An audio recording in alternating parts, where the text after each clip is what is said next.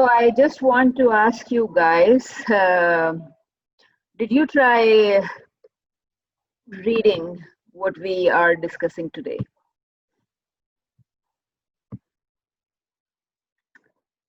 Ji, Danya, tell me something about the nuclear war and atom bomb. What do you know about the nuclear war or the atom bomb? Because we'll be watching not the whole film today, but we will be watching a few clips from the film The Atomic Cafe. So I just want your basic impressions uh, of the Mm, atomic war. So, ma'am, hello. Yes, I am listening. I can't listen to you. Giamna, did you want to say something about the atomic war or the atomic blast? Anything?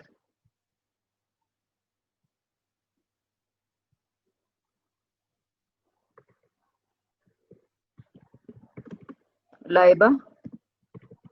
Anyone? Anyone Ma'am, want to hello. Gigi, I'm listening. Yeah. So, ma'am, it was what I know when I hear about atomic bomb is I remember that in 1940 it was 1945 and United States of America um, played the biggest of its atrocities, I must say, that when it was Japan who was winning on many fronts and was succeeding in many situations during the war, USA dropped the nuclear bomb on Hiroshima and Nagasaki. And because of this was said to be one of the biggest of disasters that was done by human race, and it wiped off a lot. And to this day, after 1945, it's been years that to this day they suffer from its outcomes. And it is said to be that it was against the Soviet Union, and they wanted to uh, make it that of a deal. But yeah, the point was that it was against USA, and uh, yeah. Okay. So you were saying it was against USA, but it was dropped in Japan. Sorry, matlab, uh, it was the war was amongst them. So and so Japan was a part of the Soviet bloc, and USA was a capitalist bloc. So they wanted just to prove it how far they could go in order to win it. So they dropped the bomb on Hiroshima and Nagasaki All right. against them. Okay. Anybody else?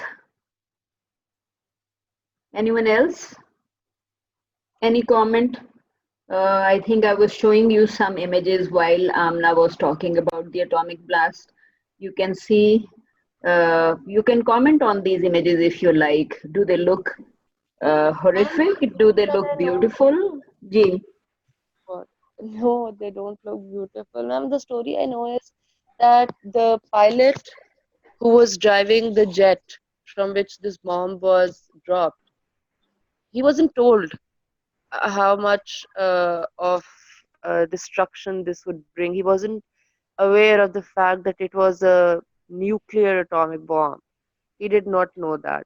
So he stated later on when he was talked to, he stated that he did not know about it, and he went when he was on the top of the cities and when he dropped the bomb. It was, he said that it was just seconds. When I turned my plane and I,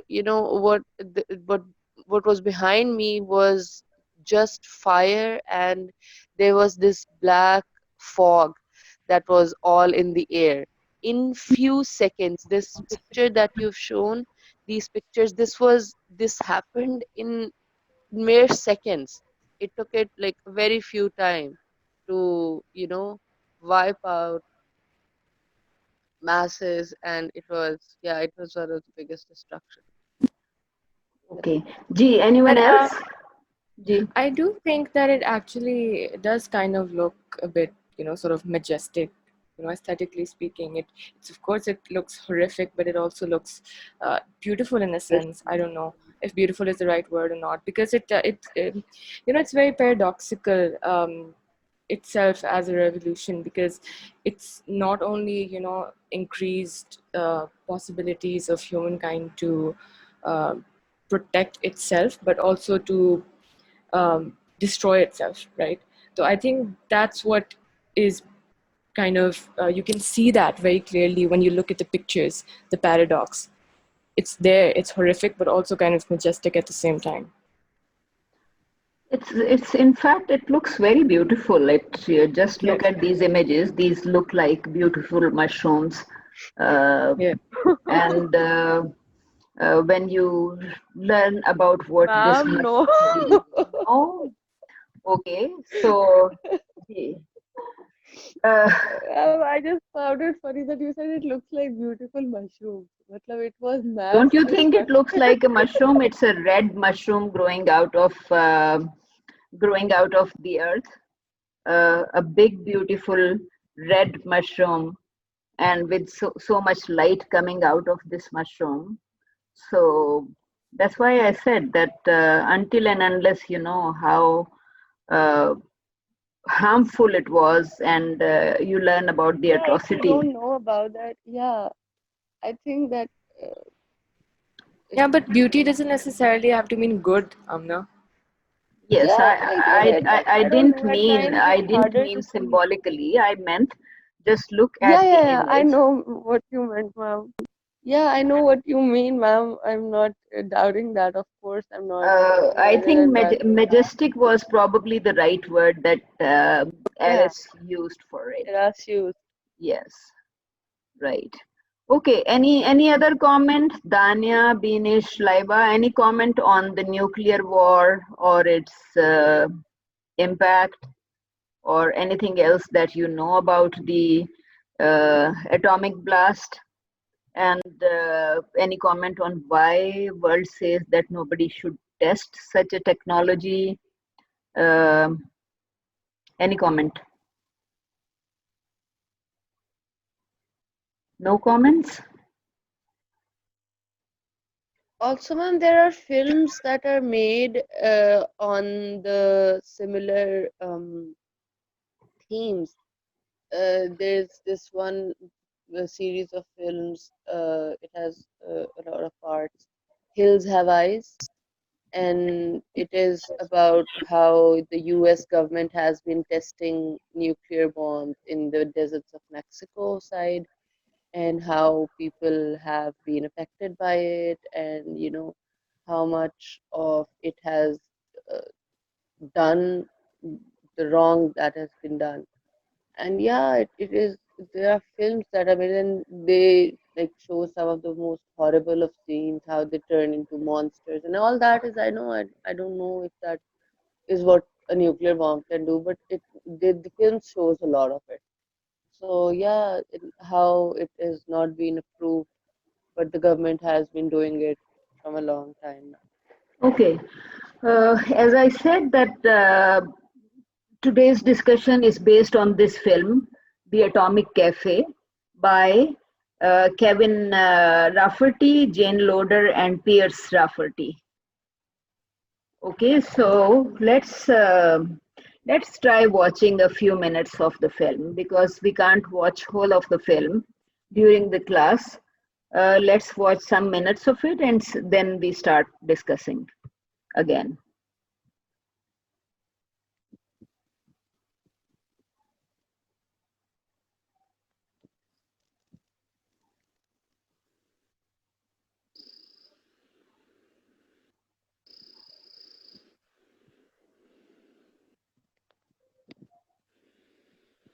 Who started describing what had happened, and the other was Harry Truman, President of United States himself.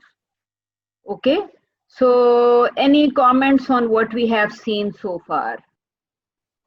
I think we watched about 8 minutes of this film. So I'm just asking for reactions to what we have just seen.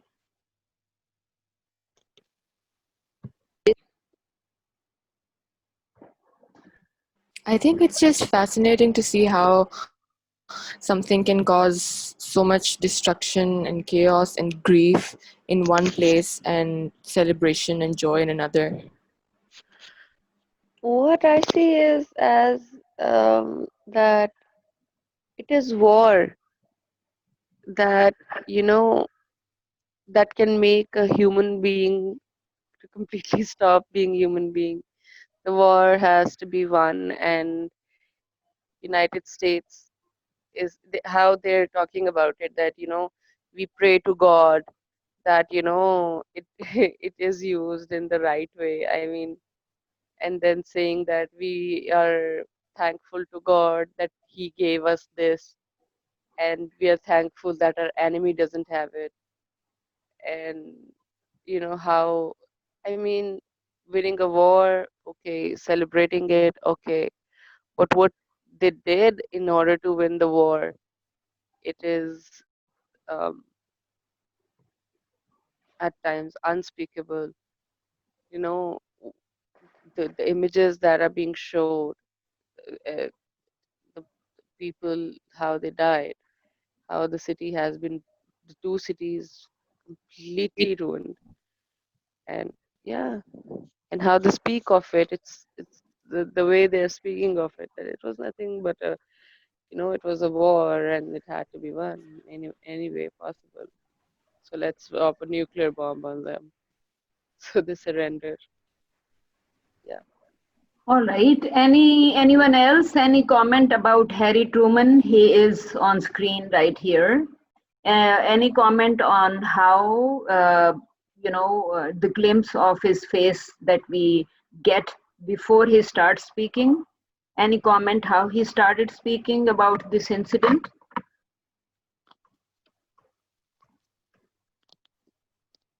Uh, It is an awful responsibility. right. Because he's talking about, you may have noticed that when he starts speaking, he actually we captured his grin. The camera Okay, we better captured quit his grin. So basically, being sightseeing. when President of United States actually announces that we have the bomb, and he begins with that we dropped the we when we see the headlines of newspapers, they actually say we dropped atom bomb on Japan, and the president himself announces that they will not stop until and unless Japan admits the defeat. So celebrations begin actually when Japan accepts defeat, and you can clearly see that the whole public is actually celebrating. You could see both the soldiers and public dancing together on the streets, celebrating the victory. Ji, I think somebody was trying to say something, so I'm just asking. Any reaction on that one? I just think that there's a lot of, like Amna said, a lot of propaganda that was involved in order to convince the public of America that what they had just done was justified and fair. So I think that's very evident in his speech. Okay. Yes, that's And correct. did you notice the name of the place? Because they mentioned Trinity Test in Alamogordo. Alamogordo is known as that whoever enters Alamogordo Desert, he actually takes the journey to death. So in other words, they are talking about Trinity Test in Alamogordo, and as he said at the start, that it was a secret bomb technology that they had developed. So here he mentions the Trinity Test, which is a very famous test. And after the Trinity Test in Alamogordo Desert, they tested it on Hiroshima and Nagasaki. you can see that while they were showing the Trinity test, there were some people standing there. So America actually made the soldiers watch this test. So from distance, they could see what was happening. So what do you know about watching a real test or actually experiencing the atomic blast? What do you know about it? That what happens if people watch something like this, or they have direct experience of something like this, what will happen? Miss, you're asking for the difference between the two experiences? Yes, I'm talking about, there have been too many blasts in Lahore in recent years. I think while you were growing up, there were too Yes. many blasts all over Pakistan. So I'm just asking, what, in your opinion, is the difference between a normal bomb blast and an atomic blast? And what happens to the people who actually see a blast or have an experience of being exposed to a blast?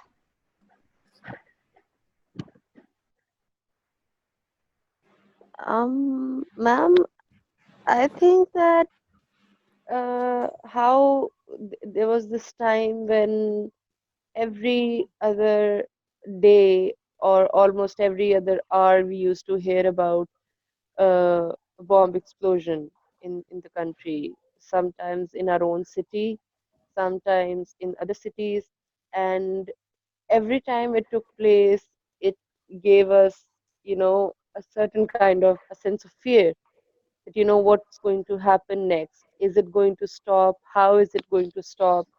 And, being tired of being scared how your, closer ones are outside and, working and going to places.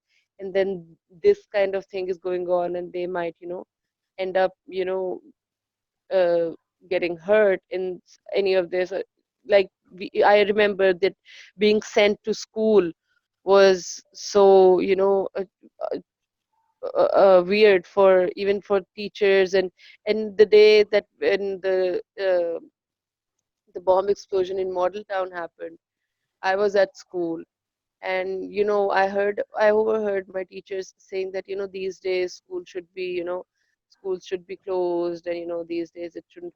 And I remember how parents hurried to school to take back their children before it was off time, and it was all that was going on. But I think that it was nothing compared to what happened there. People who, there was a war going on, of course, they knew about it. But having a sense that, they'll be wiped off from Earth, uh, uh, in the middle of all this, and the chaos that it brought. And at that time, it was said that 75 to 80 years it would take to city to grow, or maybe never. So I think it was I'm not saying that these blasts weren't effective enough on a human mind, but that is, I think, completely. I also think, like Amna said, even though they're both destructive, but somehow, well, it's very obvious why. Um, a nuclear bomb or an atomic bomb would obviously make a person feel completely insignificant and completely weak and helpless, because there's absolutely almost no chance of survival, right? So it's like in a normal blast, you would feel like you would tell yourself it's a normal human reaction to feel like, oh, you would have survived if you were there, or you wouldn't find yourself in a place like that, or a time like that, or circumstances like that. And you can use that to satisfy yourself or to convince yourself that this would not happen to you.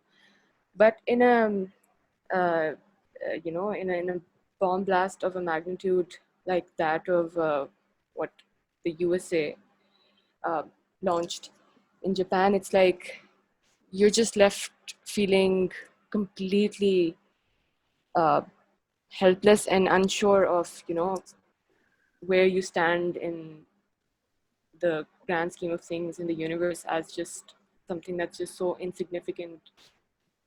All right. That's right. Okay.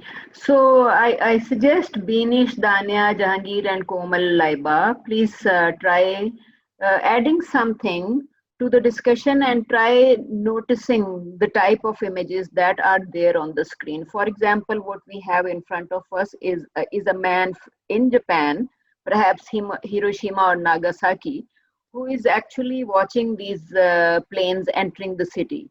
So he is aware right now that enemy has come, but look at his face expression. To this point, he does not know that enemy is going to drop a bomb that will probably take away his life. And if he survives at all, the life will not be normal anymore.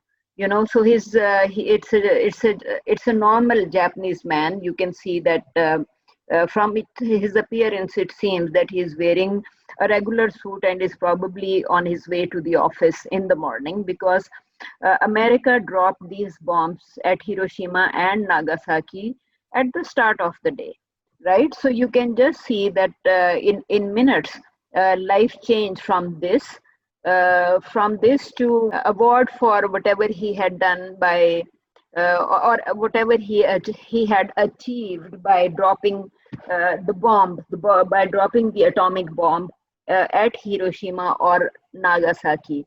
And as I said, that Harry Truman, actually, we see him laughing. So this was the scene that if you just notice, see it again, that Harry Truman, President of United States, is informing the world that we have dropped the bomb at Hiroshima and Nagasaki. Just see how he started. See, did you see the camera actually capture his grin? He's laughing. He's very happy because the Allied forces and Axis forces were having a war together. So, do you know what comes under the heading of Allied forces and what comes in the list of which countries come in the list of Axis powers? Any idea about Allied and Axis forces? So Allies were actually America's partners in the war. And that actually means not just this part of, not just the atomic blast, but war that has been going on for decades and decades. And with a break, we had two world wars in the world, World War One and World War Two. And it says that this technology was tested on Hiroshima and Nagasaki just after World War II. So if you look at the world wars, you would realize the wars were actually between two blocks. That is, the war was between First World and Second World. And we did mention before which countries were included in the list of Allied forces. So you may be aware that maybe some of the wars happened during your lifetime. For example, some countries joined together to attack Iraq in 2003. Any idea which were those countries that were attacking Iraq in 2003? I think this is one of the perhaps latest wars in which many countries were involved when they attacked Iraq back in 2003. And which countries? United States, Yeah, UK. UK, USA, and Saudi, I think. Australia. Saudi would become part of of these things, but Allied normally means countries in the first world, which would mean that America would ally with, for example, UK, France, and some other countries in the Western Bloc. So it means that the countries that ally with UK are the countries that attacked, that were part of Allied forces even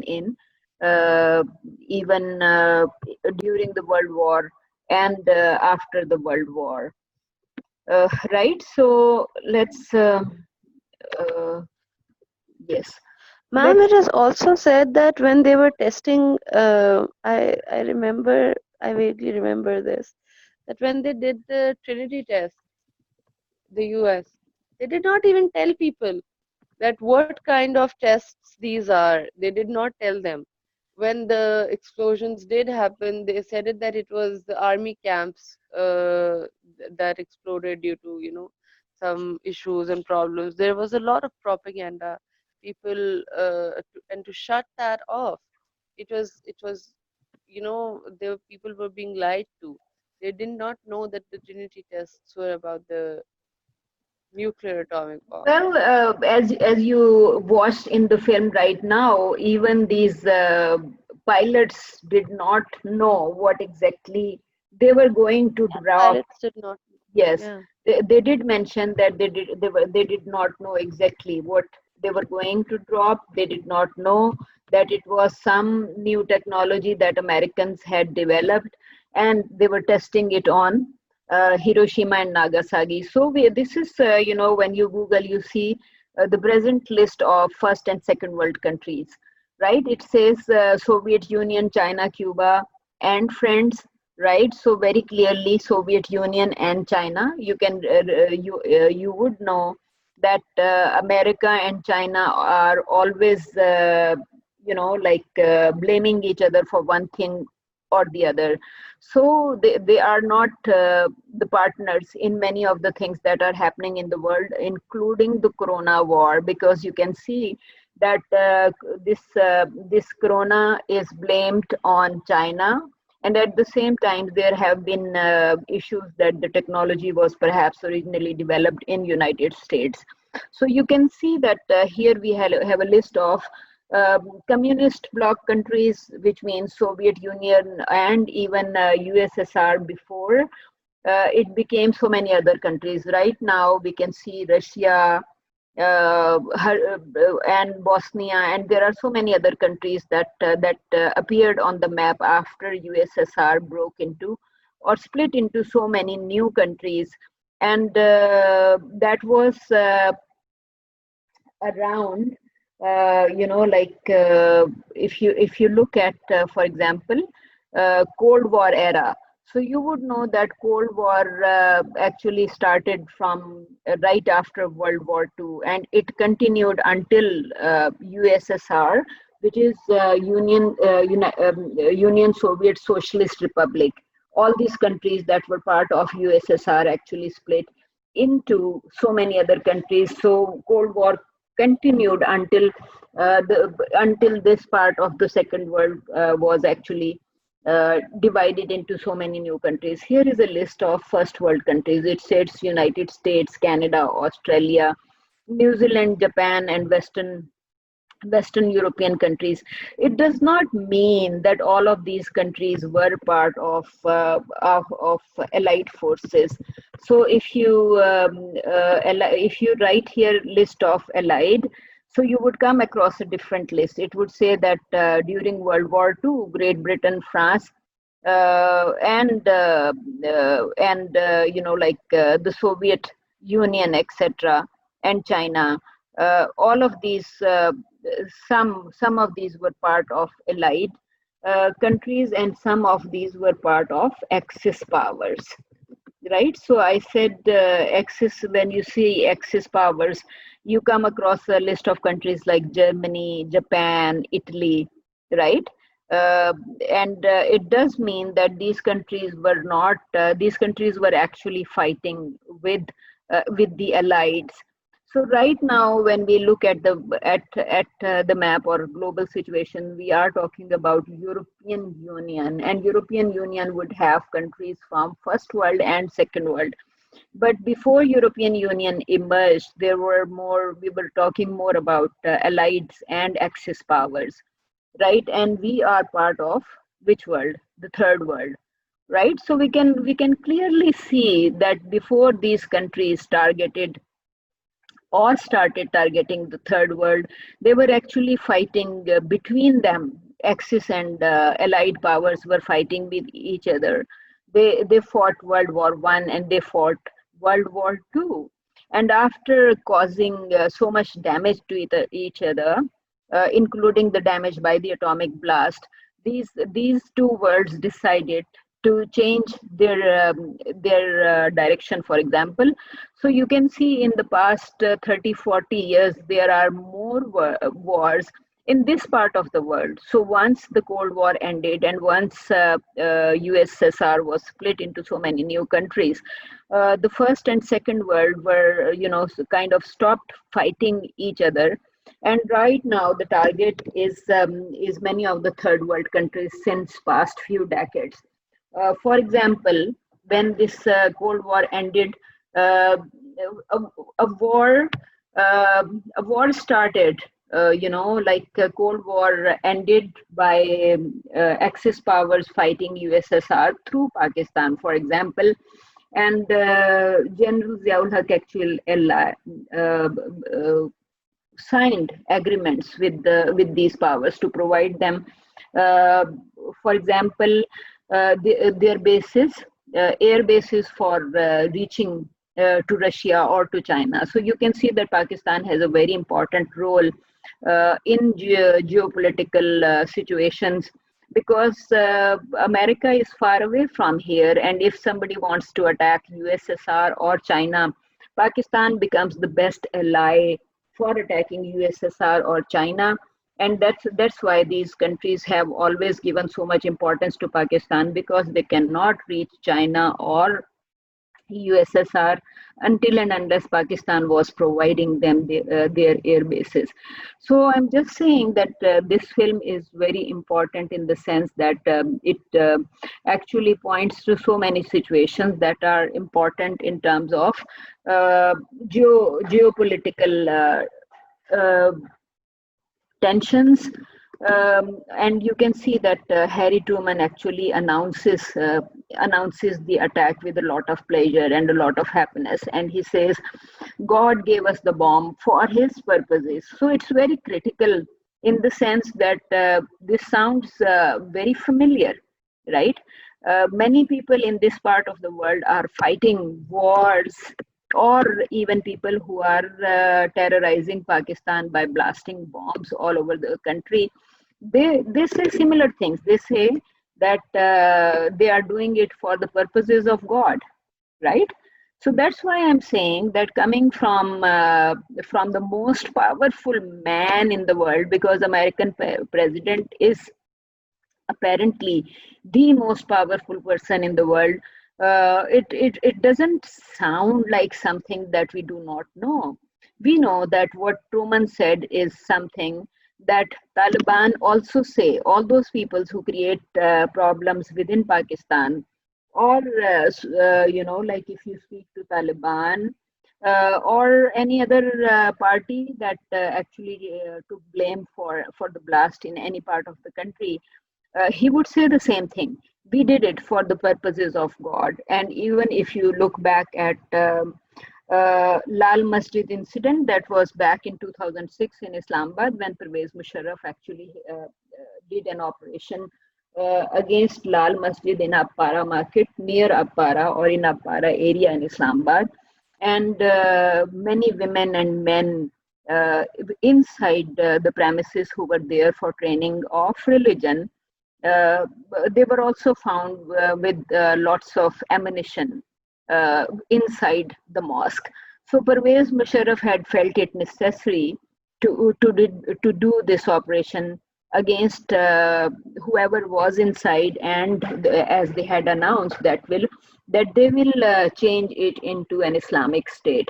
So naturally, as we can't have two states, we can't have two types of rules. We have a democracy in Pakistan, and at times we had uh, also, like army governments in the country.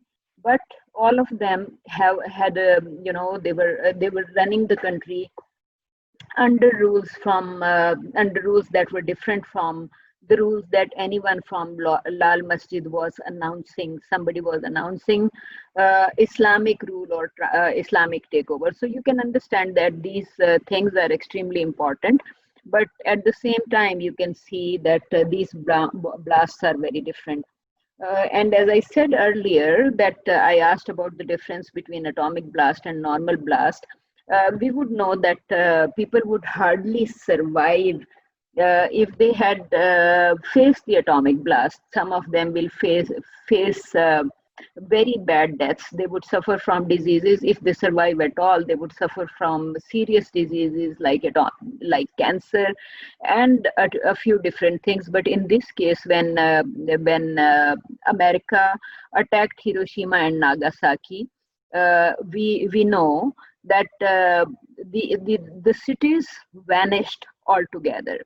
And from a soldier's point of view, as whatever the pilot announced here, when he is awarded, for example, when he is awarded, uh, you could see that they were putting medals on their chests for these big achievements, right? When he starts speaking, he is looking down. When the soldier who is in front of you right now, or this Army Air Force officer, he's the one who dropped the bombs on Hiroshima, Nagasaki. He's one of those. So he's looking down when it all begins. But then he announces with a lot of pleasure that he has been part of this activity, which means that he has served his country. He's an achiever. So which means that he will become big for the people of his country, because he has saved them for bigger errors, like Japan being an enemy. This guy saved America from the attacks of the enemy, right? He is the savior, he is a hero. And the way it was showing, you can see that people are celebrating, dancing. Some of these activities are post World War II activities. You can see, soldiers, you can see this bottle of wine, right? So soldiers have returned from World War II in this particular scene. And as these soldiers are celebrating their victory, you could see that all of them are showing V sign. You can see their hands with these V gestures, right? So they are showing V signs, they are holding alcohol in their hands, and they are back with their families or women. You can see a lot of women in this particular shot. So everything that you see here actually represents a celebration despite the fact that Hiroshima and Nagasaki have disappeared. So which means that the people who are celebrating in these scenes, that includes both soldiers and common people, common women, everyone is so happy because they are more concerned about their victory. As their president said, that they will not stop dropping bombs on Japan until Japan accepts its defeat, right? So these two blasts were actually, they had, you can see that they had a remarkable impact on Japan, because since the atomic blasts, you would hardly see Japan being part of any war anywhere in the world. So these two blasts actually turned Japanese into the kind of people who do not want to be the part of war, perhaps anywhere in the world. So Japanese are focusing more on development and on growth, and you would hardly, if you look back, you would hardly find out that Japan is part of these wars in different parts of the world. You would still see allies attacking either attacking different countries in the third world. From that would be allied would be there to save Kuwait from Saddam Hussein, and allied would be there to attack Saddam Hussein and and Iraq, and then after that they would be attacking Syria. So in recent years, I think you may be aware that during even in 2014-15, which is hardly 4 or 5 years ago, and you may have some memory what was happening in Syria at the time, and there were so many stories on television, how Syrians were running away from Syria because Syria was destroyed and burnt altogether, and how people were trying to migrate, and some people were actually drowned in the sea. I think there was a very famous story on a child whose body was found in the waves, and there were stories when Greece was not allowing, or even sorry, not Greece, Turkey was not allowing Syrians to enter Turkey, right? So you can see that these are very serious situations, and against whatever landscape or whatever atrocity that is taking place in any part of the world where enemy resides, we can put the images of the enemy, or atrocity of the enemy, or death of the enemy against this uh, image of celebration by the elites. So you can see that this image actually shows that victory is important for the Americans. So American army and American public are celebrating the victory after World War II. They are celebrating victory together, while the enemy is dying. His enemy is facing a very bad death in his own country.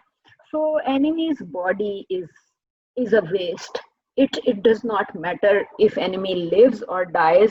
His life is not important. His body is not important. His well-being is not important. The well-being of the people in the picture is very important, and that is what they should all care about. So dignity is for these people who are in this image, right? So the film is actually showing dignified images of the American people, and the celebrations of American people, while you see burnt bodies of the enemy. So life of enemy is not important, and life of the people in the images is very important. Any comment? Okay, so you can actually talk about juxtaposing images, because after seeing these images, we did see images of the city, images from Hiroshima and Nagasaki, and we could see that those images were showing empty places. They were not showing people anywhere. In this part, did you try noticing that the mood of the film had changed all of a sudden? Because until here we were talking about something serious. We were talking about Trinity test. We were talking about attacks on Hiroshima and Nagasaki, and Harry Truman, the president, announcing that America had dropped bombs on Hiroshima and Nagasaki. And right after this point, the mood of the film all of a sudden changed, because we were looking at celebrations. Just try to see what kind of music or what kind of sounds we hear in this part, right? So you can clearly see that here we are not only watching celebrations, but we are also, these images show a soldier and a woman dancing together, another woman sitting on shoulders of another army officer or a navy officer, and here people throwing papers in the air, and here they are carrying a common civilian, and you can see there are so many hands under his body. But this is again an action of celebration, because they are throwing his body up and down in the air. They are not dropping him on the ground. They are just you can see that this is a gesture of celebration, and nobody is actually trying to harm anyone. They are just celebrating things together, right? I think I tried turning off the sound so we could see the kind of images, right? A man being his body being lifted, the women jumping up and down, and all these kind of this woman, two men are carrying this woman, and they are just uh, giving should just see what is happening, right? So you can see that another navy officer and a woman are found kissing in these shots. So all of these shots, when I say that right here, when he says Hiroshima, you can see American flag being waved from from left to right. Okay, so you can see that Hiroshima, the word Hiroshima appears in the lyrics when we see the American flag being waved from left to right, which means that. Whatever happened to Hiroshima is not important. American victory is important. American flag raises above on the world scene, right? On the globe, you see America rising to a higher or a better position. So you can see that all these images, juxtaposition of these images are reflecting on some very important facts of history. And another important thing that we in these scenes, we are seeing people of all age groups. We are looking at children, we are looking at children and women and men from all segments of society. And yes, here, I think this child was very visible in this particular shot. If you notice here, there is a child on the left hand side, and this American soldier on the right hand turned to their homes, and they are with their women and their families. So after World War II, you actually see baby boom in America. So if you understand do you understand what baby boom actually means or implies? Do you understand what baby boom implies?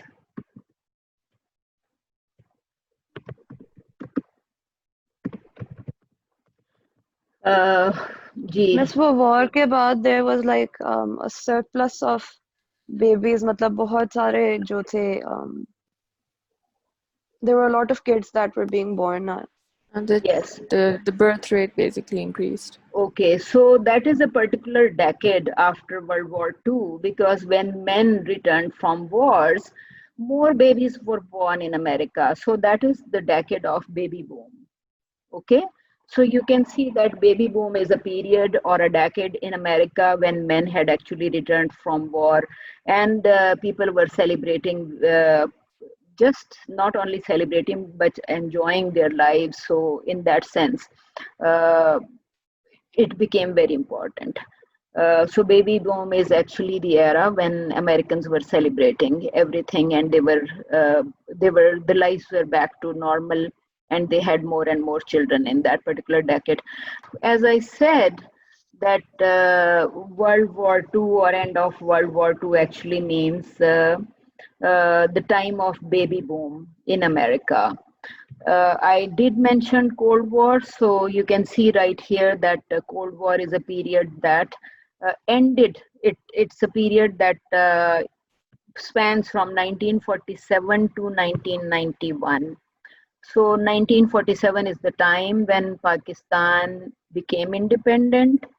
So it's actually pointing to the time that when colonies were ending, right? So very clearly, 1947 is a time when India got independence, and it was no longer a colony of the British, and British were withdrawing from many other countries as well. So you can see that begins, Cold War era begins at the end of the colonial era, and it continued until 1991. That is the time when uh, the Soviet Union actually broke into many countries. It says Truman Doctrine. We just saw Harry Truman in this film. We saw that when he announces that America had dropped bomb on Hiroshima and Nagasaki. These are the shots of the city. And you can see that Americans did have technology back even in 1945 to take these shots of the city. And it's a very long shot. And he returned to take images. You can see that pilot did announce in this clip that he returned to take these images of the blast and take these images of the ruins. Here you can see not only people lying on floor, quite graphic images, but also in some places you can also probably notice a shoe. And America was ready to drop bombs in Hiroshima and Nagasaki. Here you can see a soldier standing right there in the city, and you can see that you can see ruins all around him, and this guy apparently does not know, he's a soldier, he does not know that it's not safe to stand here and to talk about it, because you may be aware that after a very long time, after long, long after an atomic blast, the city would be unsafe for walking anywhere, within it. So this soldier is standing here. Naturally, soldiers obey the government. Soldiers follow the instructions. Soldiers don't do anything other than following instructions, because if they do not follow instructions, they would end up facing court-martial sort of thing. So if he had been instructed to come here and stand here and talk about it, it means he will come here and talk about the situation. Okay, so it says Nagasaki Infectious Hospital. And as I said, that radioactive waves are extremely harmful for human body. So in the earlier scene, we were looking at a soldier who was there in a place. If you noticed earlier that when he was talking about El Magodo Desert, in one of the scenes in the film, you would see a soldier talking to people living in El Magodo Desert or somewhere near it, and the soldier would be telling the people to leave El Magodo because it is not suitable for living for next 500 years, right?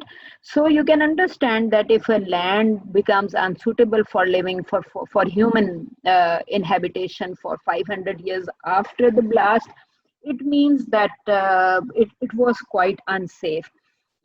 So basically, you have to understand what is happening or what the film is showing. Film is showing situations where after a blast, people are not only walking in the areas where the bomb was tested, but they are also not aware that this is still very, very harmful.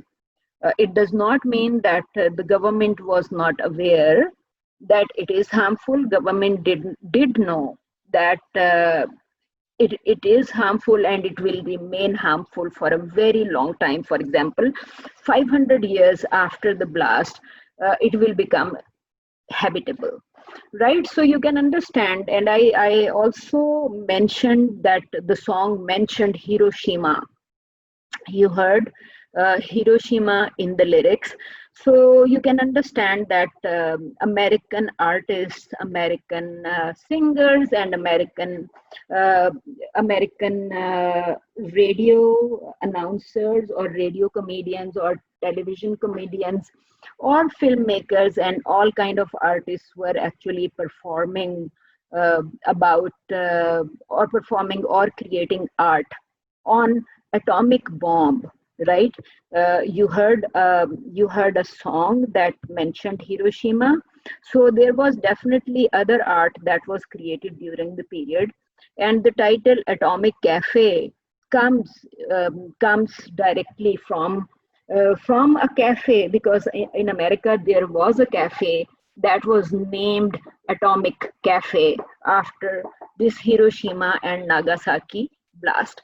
So you can understand that it is, in fact, it's quite ironic that something which caused so much damage to humanity was actually resulted into creation of so much art, in the post-atomic blast era, right? So the Atomic Cafe, 1982, the film is a film title, and is also the name of a real cafe in United States. Here you can see that you can see a turtle on the left hand side, right? And besides this turtle on further left, you can see a bomb, right? And the turtle is looking at the bomb which is about to blast. And turtle says, "Oh my, danger." So you can see that turtle has recognized the danger in this image. But what will happen? You can see the blast on the right hand side, okay? And so what is happening here? Uh, Bert Bert ducks and cover. So Bert is the name of the turtle. When this bomb blasts beside Bert, Bert enters his shell. You can see that turtles and tortoises do have shells.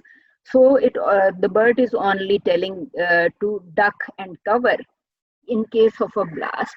It was a very important advertising campaign that was run in United States after the atomic blast, because people in America were more scared after seeing the images from Hiroshima and Nagasaki. You can see that you did see that the pilots had returned to take images, capture images after the atomic blast, and apparently the images from the atomic blast were shared with the rest of the world after the atomic blast in Hiroshima and Nagasaki, right? So as Harry Truman himself had said, we should thank God he had sent the bomb to us. He did not send this technology to any other country in the world. So we can see that the American fear was great after this incident. And here is the TV commercial that I was talking about. This TV commercial was created because Americans were scary. Americans were scared, so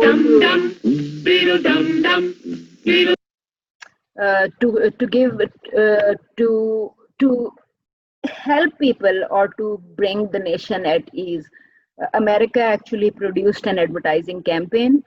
You can understand that advertising campaigns do have big budgets. So just try seeing this TV commercial that was aired in America after the Americans were paranoid about something known as atomic blast. Dum dum, beetle dum dum, beetle dum dum, beetle dum dum. There was a turtle by the name of Bert, and Bert the turtle was very alert. When danger threatened him, he never got hurt. He knew just what to do. He ducked and cover, duck and cover. He did what we all must learn to do. You and you and you and you, duck and cover. Be sure and remember what Bert the Turtle just did, friends, because every one of us must remember to do the same thing. That's what this film is all about. Duck and cover. This is an official civil defense film produced in cooperation with the Federal Civil Defense Administration and in consultation with the Safety Commission of the National Education Association. Produced by Archer Productions, Incorporated. So you did notice that this is an official film. American government made this film for public at large, for the American public, because Americans were scared. What happens if somebody drops the atomic bomb on any city of America? So as I said earlier, that this film is produced 40 years after the atomic blast in America. So this film is a compilation film. A compilation film means that this is not shot. The directors did not create a storyboard for making this film. They did not shoot. They didn't go out to shoot the film, or all they have done is that they collected all the materials that were there, in the market, or that were there in any form. They have collected music that was created on the atomic blast. They have collected information about places like the real atomic cafe itself that existed, and a number of songs that were created on atomic blast. They created a newsreel. They collected archives from the army departments, and from radio stations, and from advertising agencies, and any other thing that you can think of. They tried collecting all kind of information that was connected to the atomic blast in any manner. So you realize that this film is actually a compilation film. And kitsch, if you want to know what is kitsch, kitsch actually means art object or design considered to be in poor taste, right? Why poor? Because it garnishes sentimentality. You can see that this commercial is showing a lot of sentimentality, and the information that it is giving to the viewer is poor, because as a matter of fact it is incorrect that people can save themselves or protect themselves by covering. It says duck and cover. So this film is produced, and it also tells you what to do and how to duck and cover in case of atomic blast or atomic attack in the country, right? So this is a kitsch, because the information that is there is poor, and that is the reason I'm saying that this whole film, the Atomic Cafe, actually contains a lot of things, or a lot of artistic activities that you would say. A film itself being the artistic activity, though it is used to shoot though the camera is shooting the Trinity test in El Magordo, and it is also used to shoot what the American soldiers or scientists are testing in terms of nuclear technology. So the kitsch here contains inappropriate or wrong information, and it is excessively emotional. So that is the reason it says that the film contains a lot of kitsch. Let's see what happens from this point onwards. Hey, Bert, come on out and meet all these nice people, please. Oh, all right. We really can't blame you. You see, Bert is a very, very careful fellow. When there's danger, this is the way he keeps from being hurt. Sometimes it even saves his life. That's why these children are practicing to duck and cover, just as you do in your school. We all know the atomic bomb is very dangerous. Since it may be used against us, we must get ready for it, just as we are ready for many other dangers that are around us all the time. Fire is a danger. It can burn whole buildings if someone is careless. But we are ready for fires. We have a fine fire department to put out the fire, and you have fire drills in your school so you know what to do. Automobiles can be dangerous too. They sometimes cause bad accidents, but we are ready. We have safety rules that car drivers and people who are walking must obey. Now, we must be ready for a new danger, the atomic bomb. First, you have to know what happens when an atomic bomb explodes. You will know when it comes. We hope it never comes, but we must get ready. It looks something like this. There is a bright flash, brighter than the sun, brighter than anything you've ever seen. If you were not ready and did not know what to do, it could hurt you in different ways. It could knock you down hard or throw you against a tree or a wall. It is such a big explosion, it can smash in buildings and knock signboards over and break windows all over town.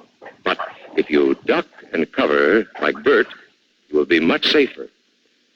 You know how bad sunburn can feel.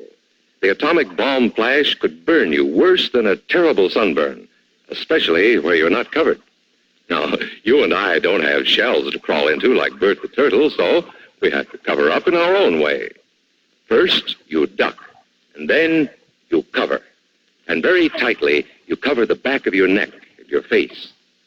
Duck and cover underneath a table or desk or anything else close by. In Betty's school, they are talking about the atomic bomb, too. Betty is asking her teacher, how can we tell when the atomic bomb may explode? And her teacher is explaining that there are two kinds of attack, with warning and without any warning. We think that most of the time we will be warned before the bomb explodes, so there will be time for us to get into our homes, schools, or some other safe place. Our civil defense workers and our men in uniform will do everything they can to warn us before enemy planes can bring a bomb near us. You may be in your schoolyard playing when the signal comes. That signal means to stop whatever you are doing and get to the nearest safe place fast. Always remember, the flash of an atomic bomb can come at any time, no matter where you may be.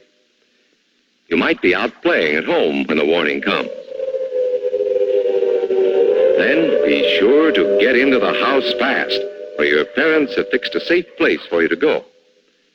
If you are not close to home when you hear the warning, go to the nearest safe cover. Know where you are to go, or ask an older person to help you. You know the places marked with the S sign? They're safe places to go when you hear the alarm. If there is a warning, you will hear it before the bomb explodes. But sometimes, and this is very, very important, sometimes the bomb might explode without any warning.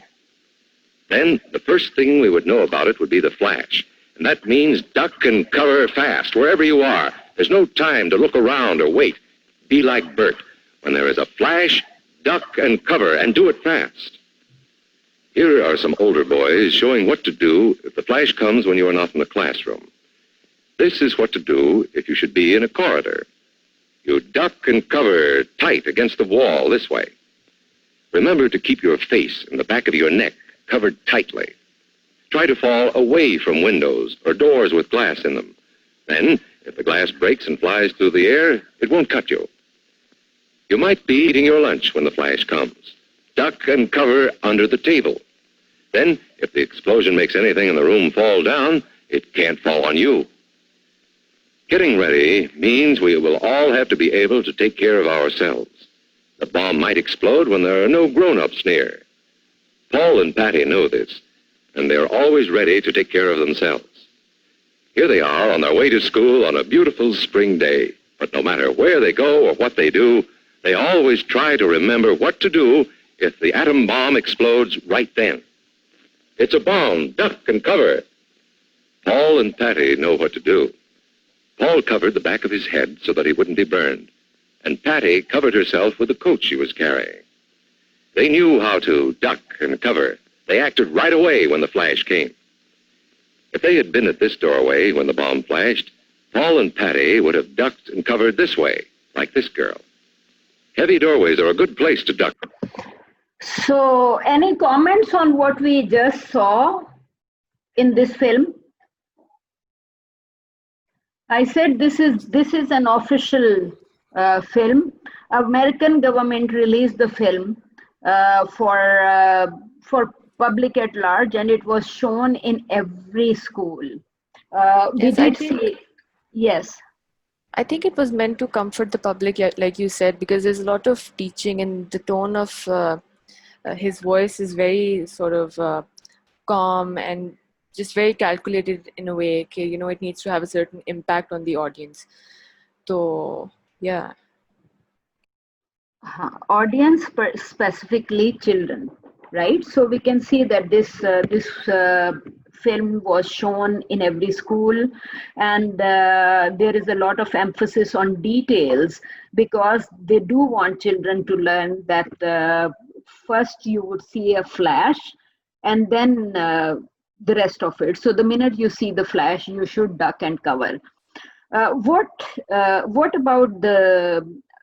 about truthfulness or accuracy in terms of information. Do you think that you can protect your body by ducking and covering in case of an atomic blast?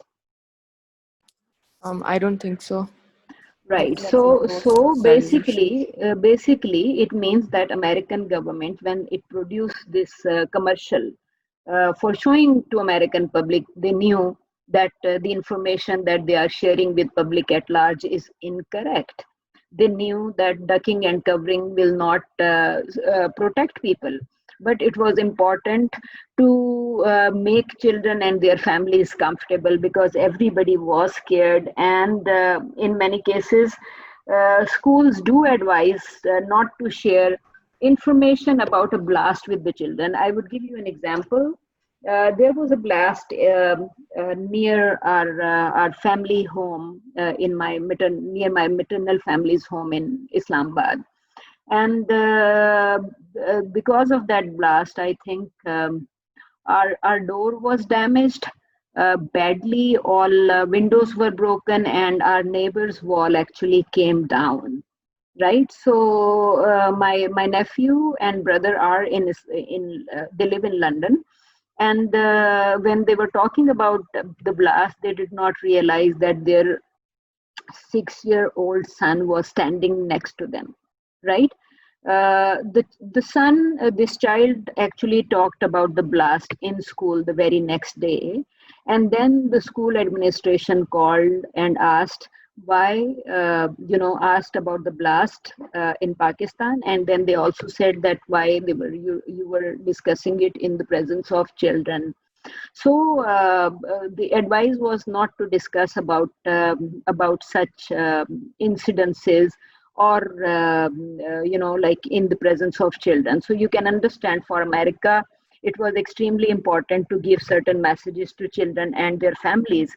And as I said, that this compilation film is produced 40 years after the atomic blast. You can see that in those 40 years, people were gradually learning that atomic blast is not safe. But at the start of the era, back in 1945 or in post World War II era, people probably did not know what kind of harm the blast could cause to them or to their families or to buildings, right? So this information is something that they learned over a period of time. But that time begins with this kind of campaign, which is an official campaign released by American government. So the government officially was communicating information that was incorrect. Okay, because all of us know that ducking and covering will not cover anyone from the atomic blast. So as I said, that duck and cover actually was a very famous advertising campaign, official campaign run by American government, released by American government about 40 years ago. So that's why I'm saying that this is a compilation film, and duck and cover is a kitsch, which means bad piece of art or bad piece of because it's very emotional, loaded with emotional and wrong information, right? So, And we're speaking about wrong information, not just the duck part, but also the part where he compares the heat and the effects of the bomb to a sunburn or a suntan.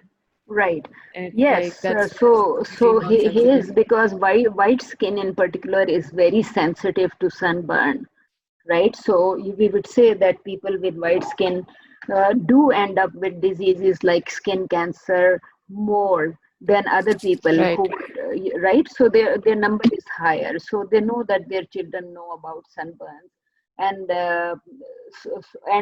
then they are comparing this blast with road accidents and other kind of harm for which they are prepared, right? He compared it with two others. He mentioned the road accidents right here. He said that we are prepared and we have developed a system of traffic signals, right, for protecting yourself in case of traffic accident. he talked about another kind of activity right here.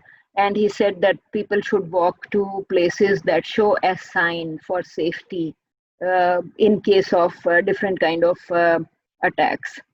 He had mentioned. Signal means to stop whatever you are doing and get to. Right. So right now, it just shows that how much money American government had spent, and it still spends to inform people about a number of different dangers that can happen to American public. For example, around fall every year, schools have drills whereby they are telling children that, for example, in places in New York, if there is a sea storm or a flood for any reason, where they should go and where they should hide. And they actually prepare the city and the people, and an American government or New York government actually distributes literature to almost every home, that is close by or in the area, because they know that because of sea storm or because of some kind of problem, the people could actually drown in case of a sea storm, etc. So they have these places. They tell their public, they tell their students, and they tell public at large where to go in case of such problem. We, for instance, if children are at school, schools will take care of the children and they will take them to an S place or safe place. And family should not be running after children to take them to a safety place, because wherever they are, the government will take care of them. So all I was saying, that Duck and Cover is actually showing images. It is a compilation film. It is developed it is developed by editing archives of kitsch, archives of lots of newsreel, lots of radio programs, lots of music, lots of images, and lots of many different kind of programs that actually were pointing to the American victory in the form of atomic attack on Hiroshima and Nagasaki. Right, so it just says here, as I mentioned, that Jane Loder, Kevin Rafferty are the producers of the film. So the film it's a chronological snobbery. Snobbery, because you can see that it's not a serious documentary film. It's a very hilarious kind of documentary film.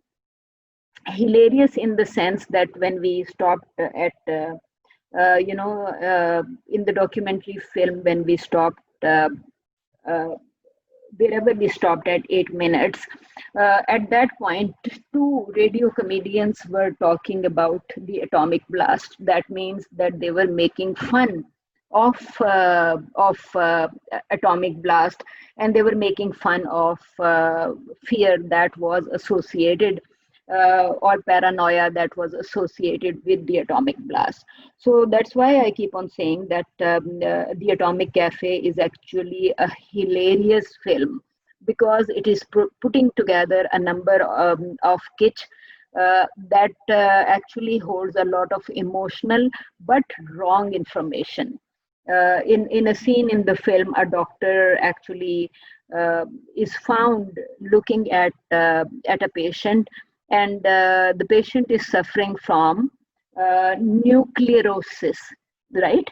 So the film actually calls A fever nuclearosis, or the fear of atomic blast, right? So I'm saying that that's why it's a funny film, because it is juxtaposing serious information against the information created by comedians or by musicians or by some other art form, right?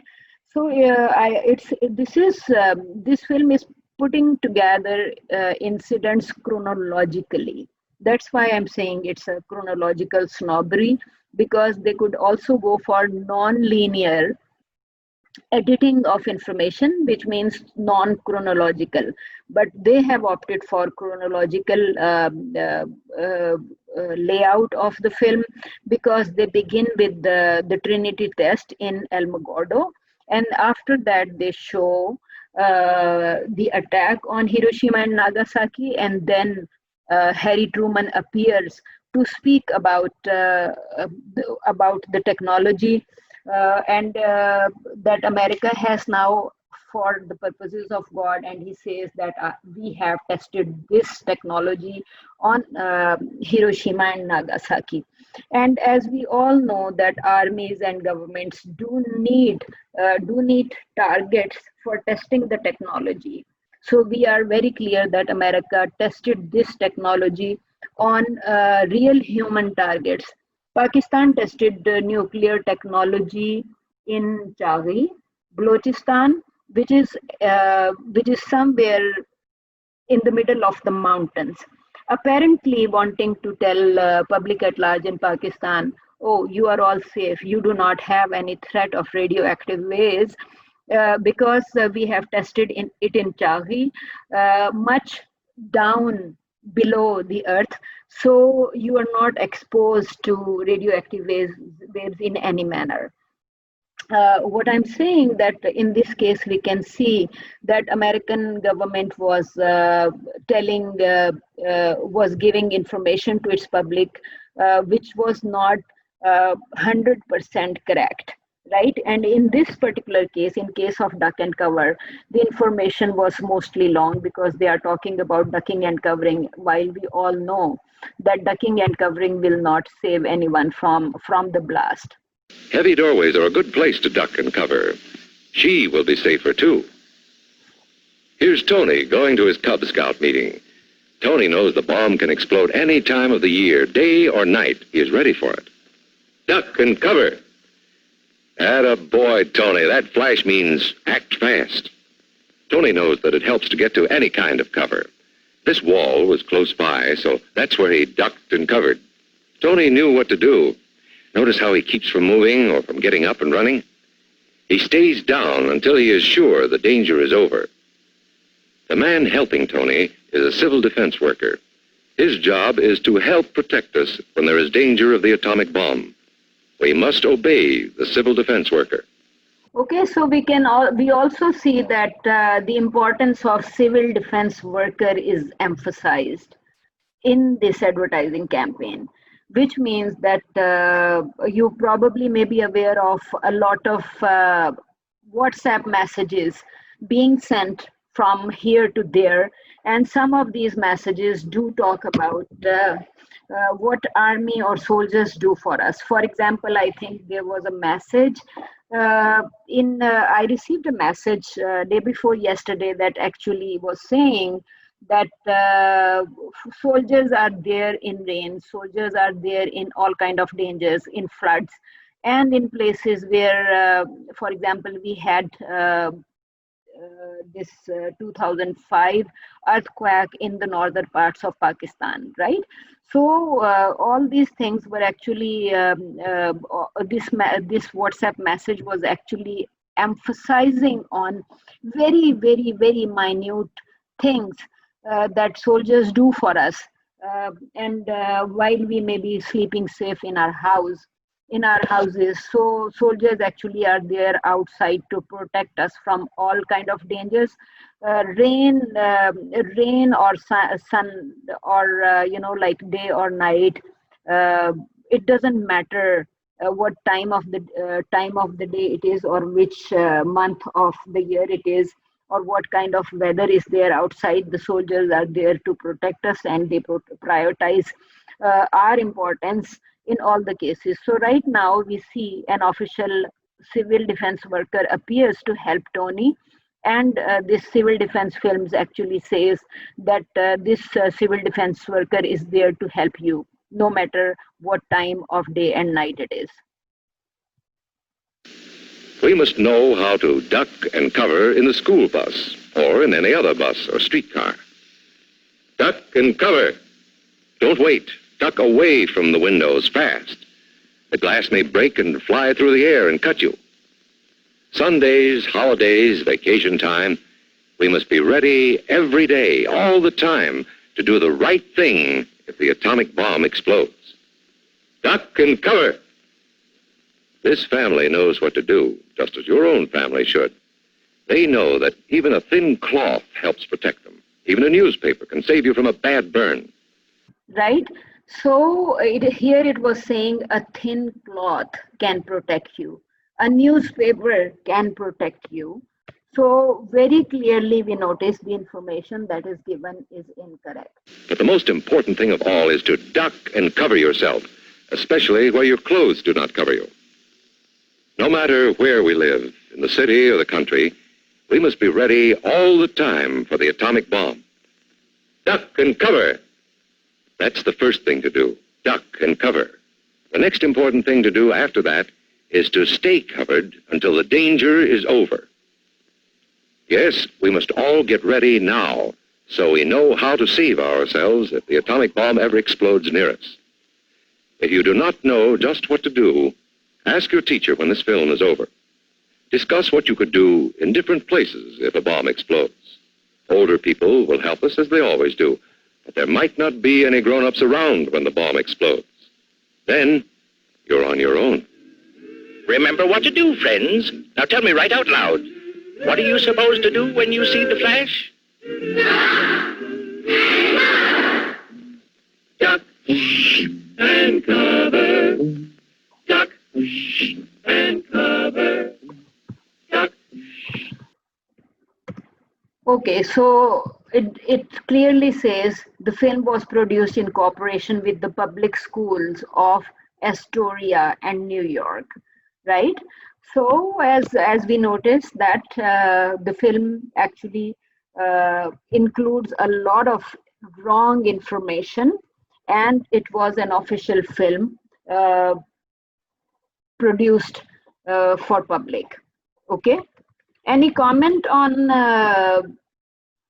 the significance of national goals and the spread of information or propaganda or purpose of propaganda films like this?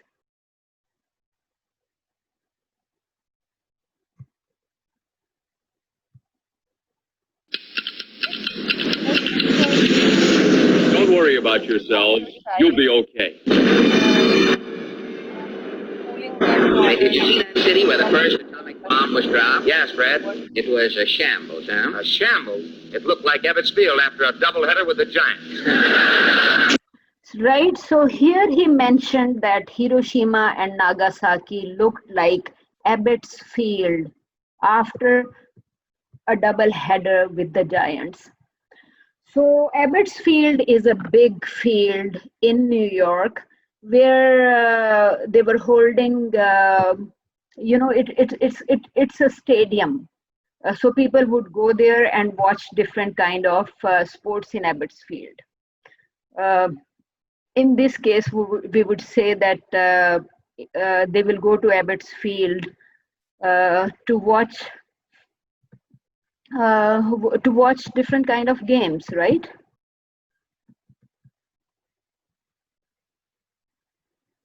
Cold War, Ebbets Field, it says a major league baseball stadium, right? Baseball stadium, so that is, I think, America's national game. And what they are saying here, that Hiroshima was looking like Ebbets Field after a big game with the Giants.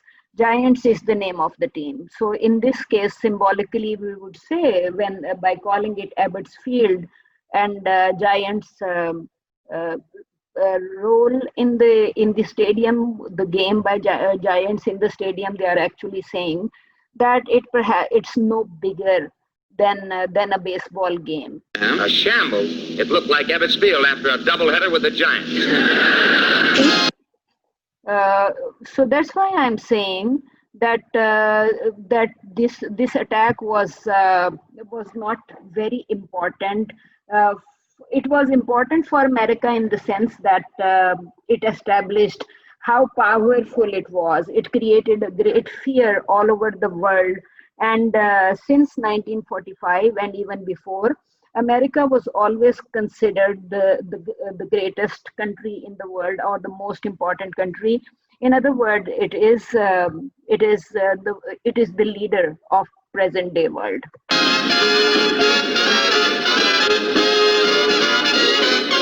Well, I guess there's nothing for us to worry about. We're the ones that have the bomb.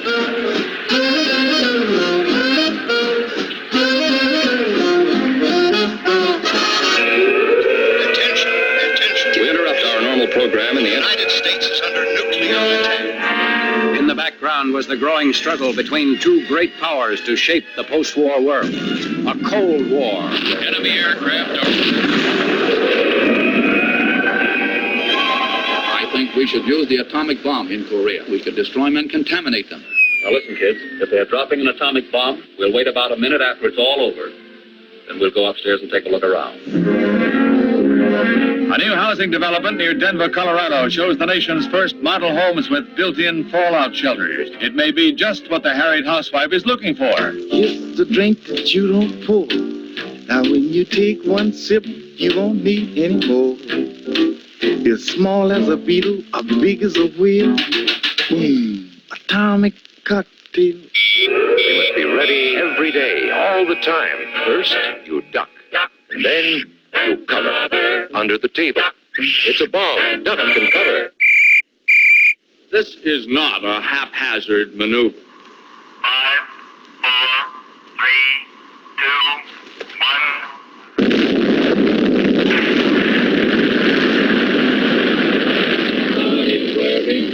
About the atomic bomb, but nobody's worried about the day my Lord will come, when he'll hit great God Almighty like an atom bomb.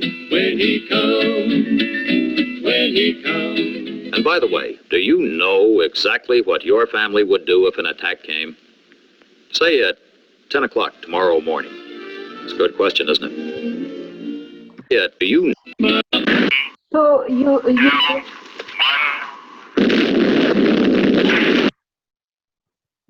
right? So right here you are saying that soldiers are sitting in the trenches at the time of the blast, and they are running to this big mushroom after the blast. So they are actually standing there very close to the blast site in El Magordo, right? So you can see that people are actually, or soldiers are actually running to get a closer view of the blast after the Trinity test, right? They are right in front of you, and this blast image is also right in front of you. So basically that's why I'm saying that actually these images hint at a kind of state nationalism, where nationalism is more important and where purposes of the state are more important. And these soldiers would be required to follow instructions no matter what. So you can clearly see that film is actually editing images or archival footage from real tests, like archives of the Trinity test, which is very visible here in this. I was showing you the promo of the trailer of this film, and we did watch a few minutes of the film at the start. So if you get time, I would say that try watching this film because it shows you what people are discussing. This shot was also there in this trailer that we just saw, and it was showing that what happened right after. You can see that it's called A-bomb. You saw a shot of cone ice cream. So apparently the ice cream was also named after the atomic bomb. And as I said earlier, a lot of music was created. And in this film, we will if you hear all of it or watch all of it, you would listen to a lot of musical tracks that are actually about the atomic blast or victory of United States following this atomic attack, right? It is also showing that people have been creating dresses, or you can see this driver is actually wearing a very funny dress, and this father is covering his son in this particular dress to save him from the atomic blast in case of in case of an atomic blast. The earlier film said that even a thin cloth will save you from the blast, and a newspaper will save you from the blast. But as we can see that that was from 1950s probably. I think that the duck and cover campaign had a date. So the dress that the child was wearing here looked a bit different. And this film also shows that people were building specific homes or basements for protecting themselves from the atomic blast, which means that information about how to protect yourself from an atomic blast was developing over a period of time. Initially, people were told to protect themselves using newspapers or thin cloths, but over a period of time, they learned that newspapers and thin clothes will actually not protect them. So they started talking about building basements or homes that could protect them in case of a nuclear blast, right? So you can see that there was a lot of wrong information that was passed on over a period of about 40 years. So as people were getting more and more information about the dangers of the atomic blast, the information about how to protect yourself from the atomic blast was also developing and changing from time to time. And in those periods, the earlier information was discarded or was found unuseful, and new information was found or shared with people that that in many cases was either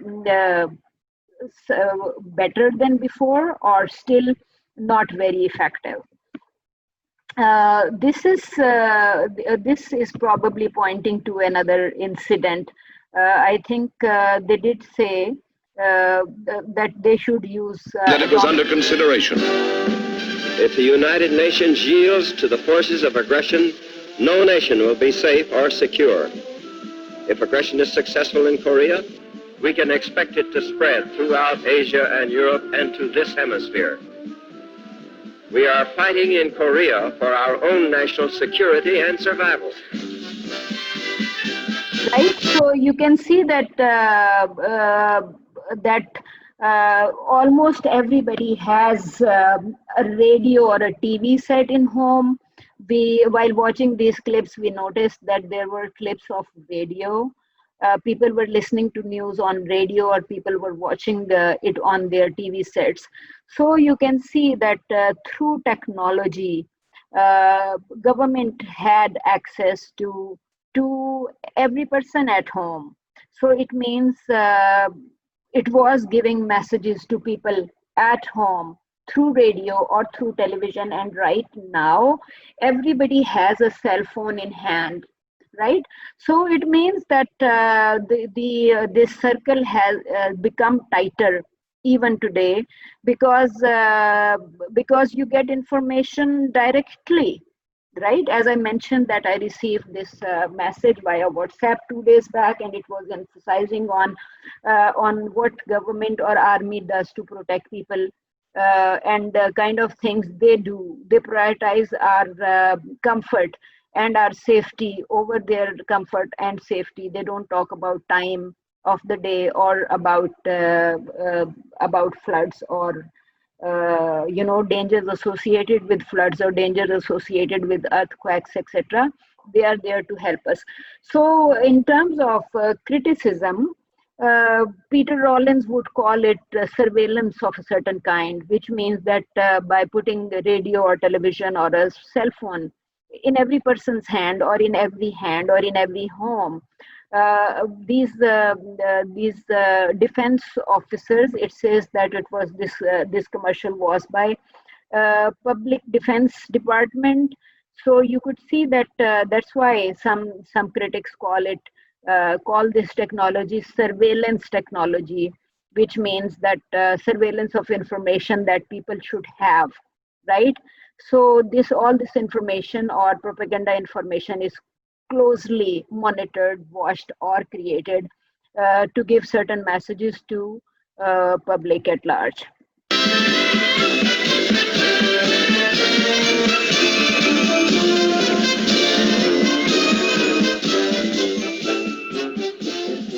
It's time for the Longines Chronoscope. Our distinguished guest for this evening is the Honorable James E. Van Zandt, United States Congressman from Pennsylvania. It's my opinion that we should fight the war to win in Korea, rather than try to settle it at the diplomatic table, which is impossible when you're dealing with Russia. Would you extend your will to win so far as to include the atomic bomb? Very definitely, Dr. Peterson. I've always been a firm believer that we should use the atomic bomb, not only on Korea, but north of the Yalu River in Manchuria. Does that mean that you believe that it could be effectively used as a weapon in the Korean theater? Yes, I think that there are several targets in northern Korea we could use. That is, we could destroy them with the atomic bomb. We could destroy them and contaminate them. And then... Right, so here is a... like actual footage? Gigi, this is real footage. That's why I said this film is edited from real newsreel footage, because this footage is saved. I said this is a compilation film edited from 40 years archives. So actually the filmmakers or the editors spent 4 years collecting all this footage.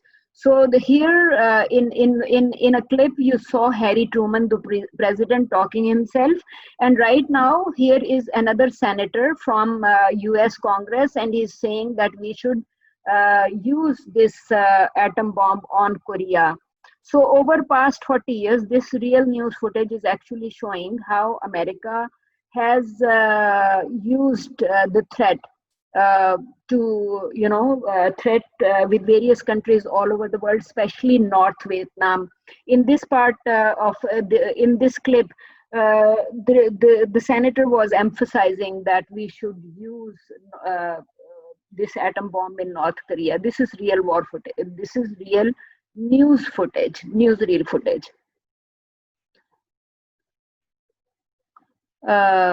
Any other comment?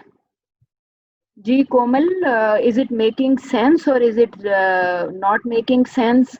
I think these things are important in the sense because they help us in learning about the world around us, and in also policy development and in development of inter-country relationships. Or you can understand that when I pointed to that, little bit of information on Cold War, it did say that America played a role in establishment of NATO because it was important for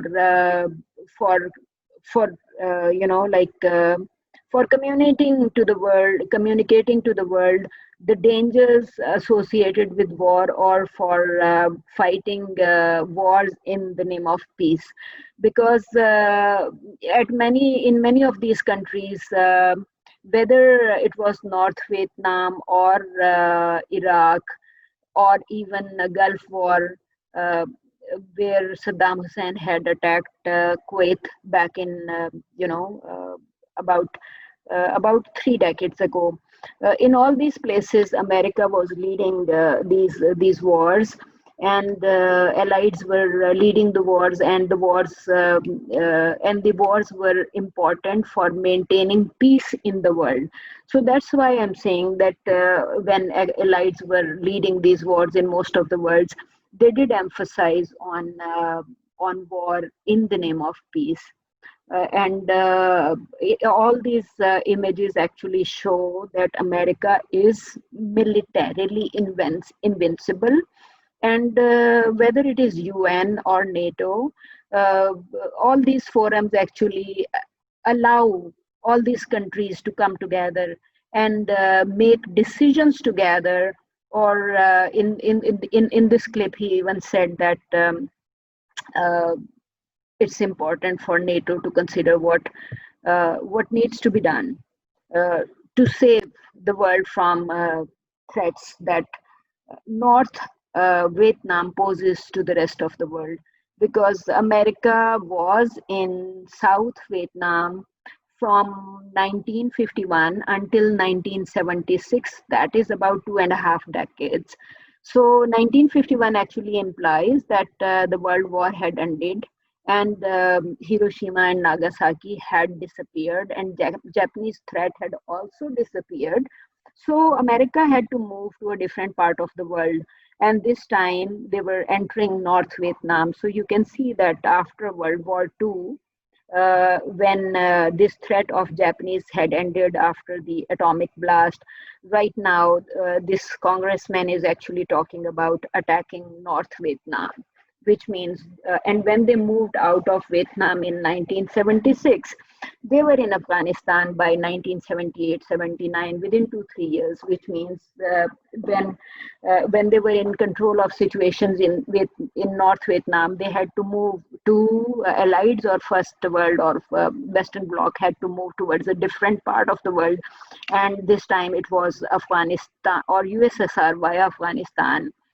Right, so that's why I'm saying that whatever is happening on the globe is part of a bigger plan, and all these things, whether it's not just literature but also anything, all things have to be seen together.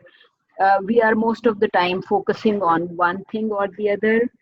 We may be talking about North Korea, but the larger picture actually shows the movement on globe over a period of time, from World War I to World War II, and after World War II it was Vietnam from 1951.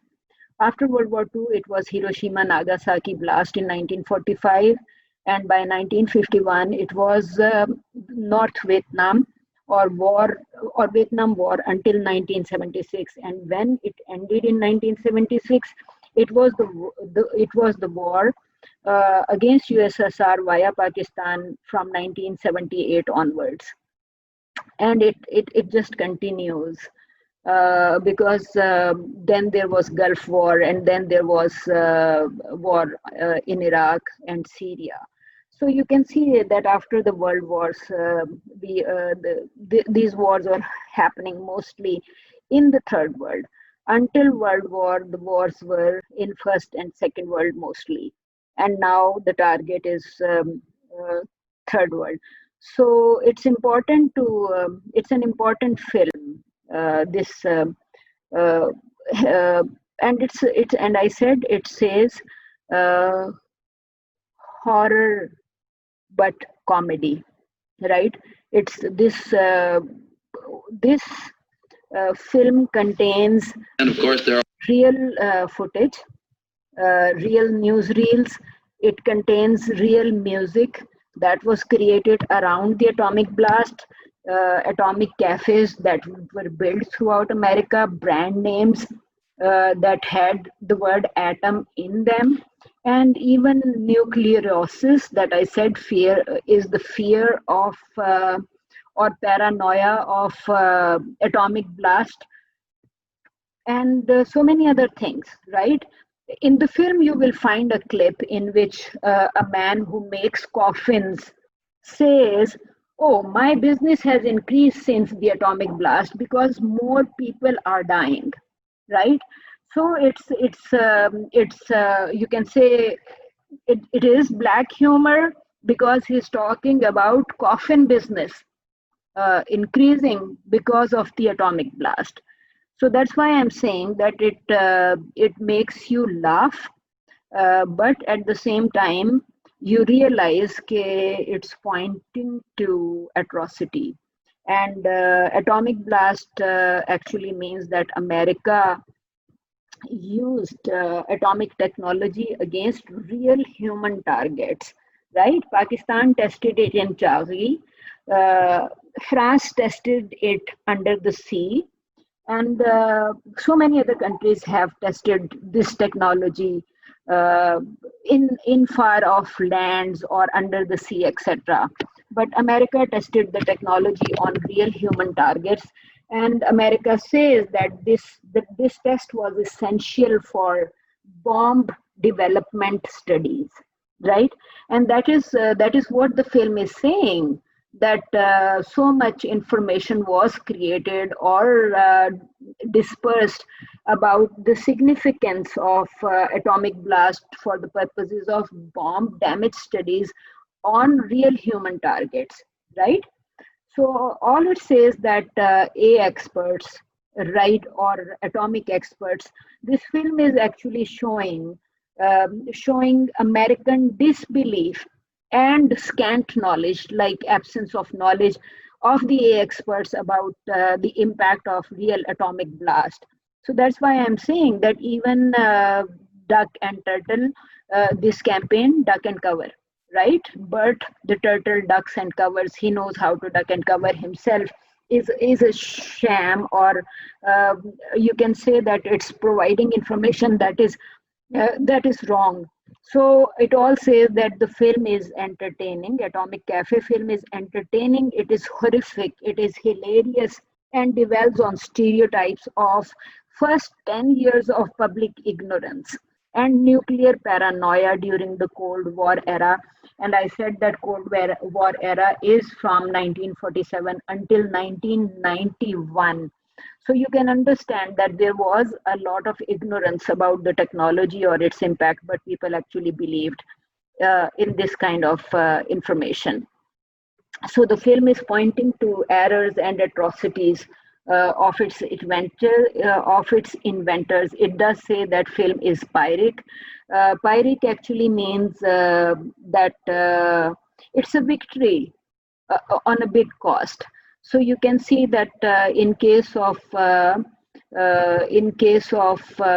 atomic blast, though America did win this war, it was a victory against a big cost. As I said, that this film contains kitsch.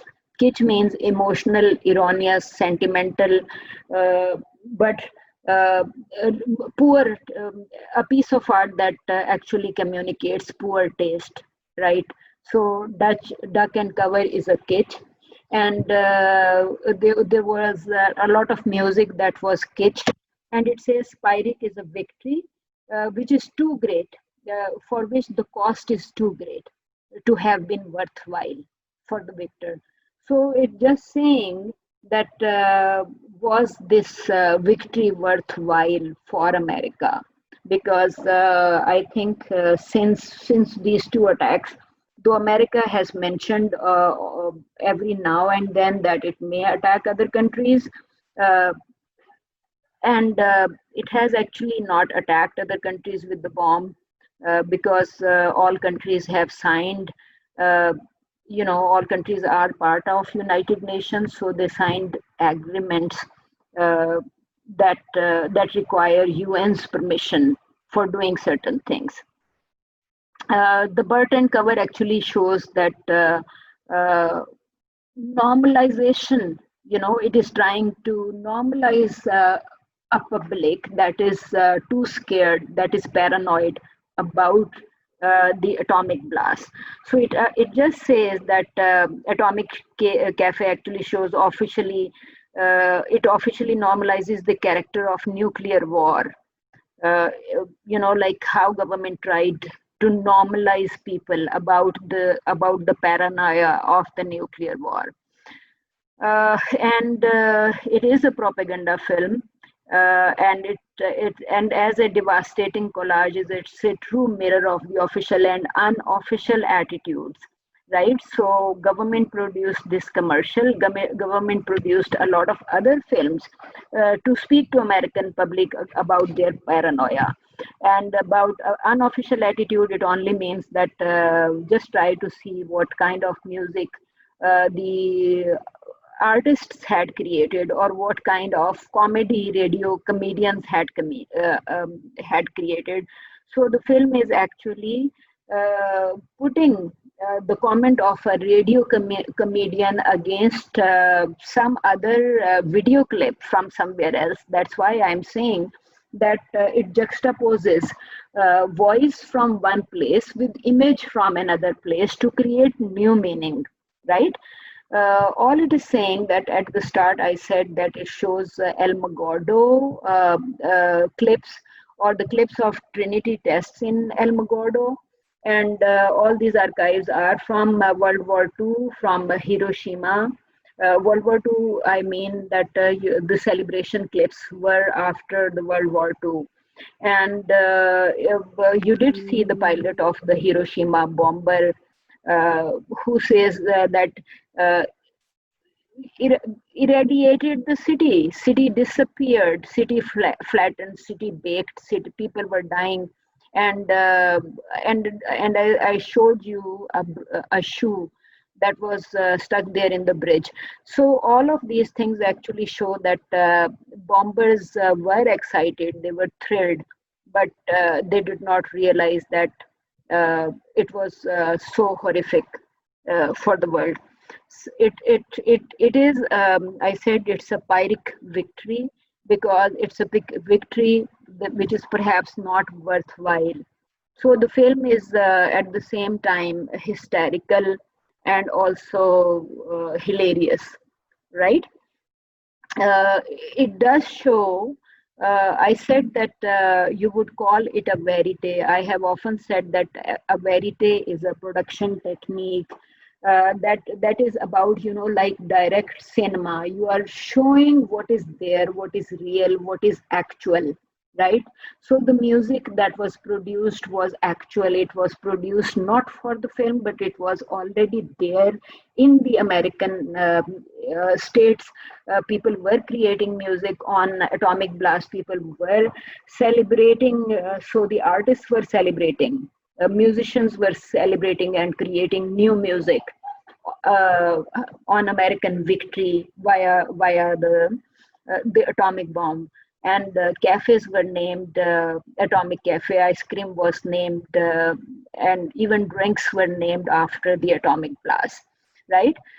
So all it says that it does have the film has a scene in which a Navy officer is talking to Marshallese islanders, right, of the Pacific Ocean.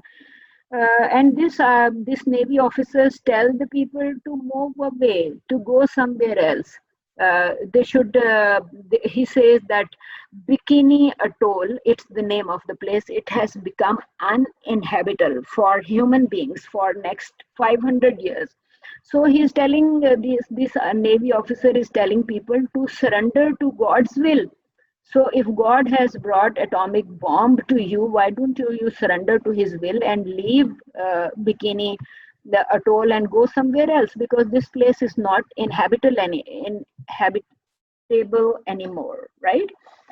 I did mention at various times that in terms of techniques, several Russian filmmakers were very famous. I mentioned Eisenstein in one of my last lectures, who I said was a great filmmaker and had not only shot the world classics like October, like Battleship Potemkin, there were also Dziga Vertov and Padavkin and other great filmmakers who had shot films like A Man with a Movie Camera, right? And here is the name of a lady, Abbotsfield. You can see that Abbotsfield was born in 1913. She died and from 1913 to 1960s. She was she was not born in 1913. All I meant that she was a great filmmaker. And Abbotsfield is the stadium, right? I mentioned the name of a Russian filmmaker, and the name was Shrub, I believe. As for Shub, right here. I had, I think I looked for, yes, here is Asfar Shub. Asfar Shub was born in 1894. Uh, she was a great filmmaker and editor. So you can see that if Asfar Shah, born in 1894, was a great filmmaker and editor, Russia was apparently very advanced in all these times, because we are looking at a woman filmmaker, right? Woman filmmaker, and her great films are dated from, for example, Fall of Romanov Dynasty 1927, The Great Road 1927, and The Russia of Nicholas II and Leo Tolstoy 1928. So these are, she is famous for her documentary films, and she is also very famous for her commercial films. So we can understand that British India or even Pakistan of today is nowhere near Russia of 1894, right? Because as we all know that first film was shared with people or shown to people back in 1896, right? So we can clearly see that even women were making films in Russia 150 years ago, and this lady, Asfar Shah, is very famous for her three films, which are named here, and she was a great documentary filmmaker as well. So all it says here that Atomic Cafe is shot and edited in the style this lady was producing work, right? So Atomic Cafe's style is similar to Asfar Shab's style and also Dziga Vertov's style. So both of them were Russian filmmakers. So in the traditions of Soviet filmmakers, the Atomic Cafe delivers media caricatures of Bert and Turtle, Duck and Cover from 1951. It means that it is unbelievable, unrealistic, normalizing corporate response or government response. But despite it having offered ridiculous information in Duck and Turtle, right here. So government is providing information that is incorrect or ridiculous, but it is not undermining the importance of the atomic blast in any sense, because it does want people to realize that atomic blast is dangerous. You know, like for example, if you dial a number on your phone these days, you hear a recording that says coronavirus is harmful. जानलेवा नहीं है, but it is harmful. So government is responding to this biological warfare, even in Pakistan and in rest of the world. So I'm saying that government was responding to this atomic attack with partly incorrect information, but it is not undermining the seriousness of the atomic attack in any manner. So the film actually reflects public and soldiers' paranoia in juxtaposition to propaganda newsreel, right? So here we look at a propaganda newsreel. The senator is talking he's giving an interview to an anchor of a channel, and he's saying, yes, we should attack North Vietnam with the nuclear bomb if essential. So you can see that this film actually contains clips from advertising campaigns, from radio programs, from newsreels, and all these things are useful. So this is just showing a particular approach to making a documentary film where somebody did not write a script from the scratch. Of course, he has written a script from the scratch for this film, but this script is only trying to edit or juxtapose true and false information against each other to create a comedy, right?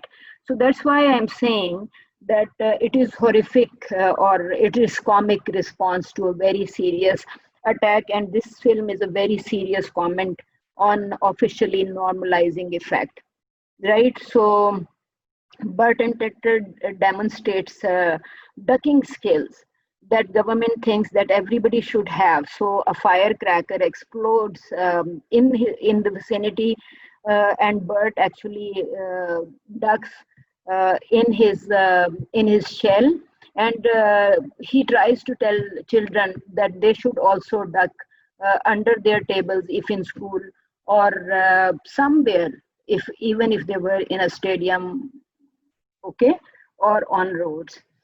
So the film in this manner is using a technique which Peter Rollins describes as film irony. Okay, so you can say that what this film is actually showing is ironic, and it is using irony as a technique, because you see a senator, and right after the senator you see these enemy targets, right? So you can see that it says enemy on the globe. This is some part of the globe, and apparently America has identified enemy targets right here, and the film would say what to do with the enemy. Okay, because the life of enemy or health of enemy or anything about enemy is unimportant, and America can celebrate its victory.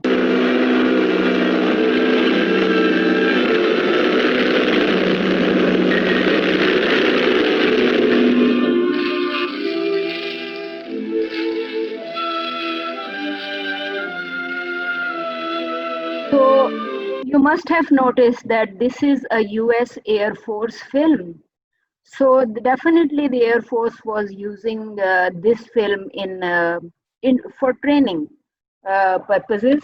Like if you just you noticed 5 A blasts or atomic blasts, or 5, in fact 6. One is right here. 2, 3, 4, 5, and 6, and you can see that that it is just showing that if it is essential, the enemy should be targeted. If even if there were 6 countries, they should be targeted with the. This is the destructive power we pray God we will never be called upon to hurl at any nation.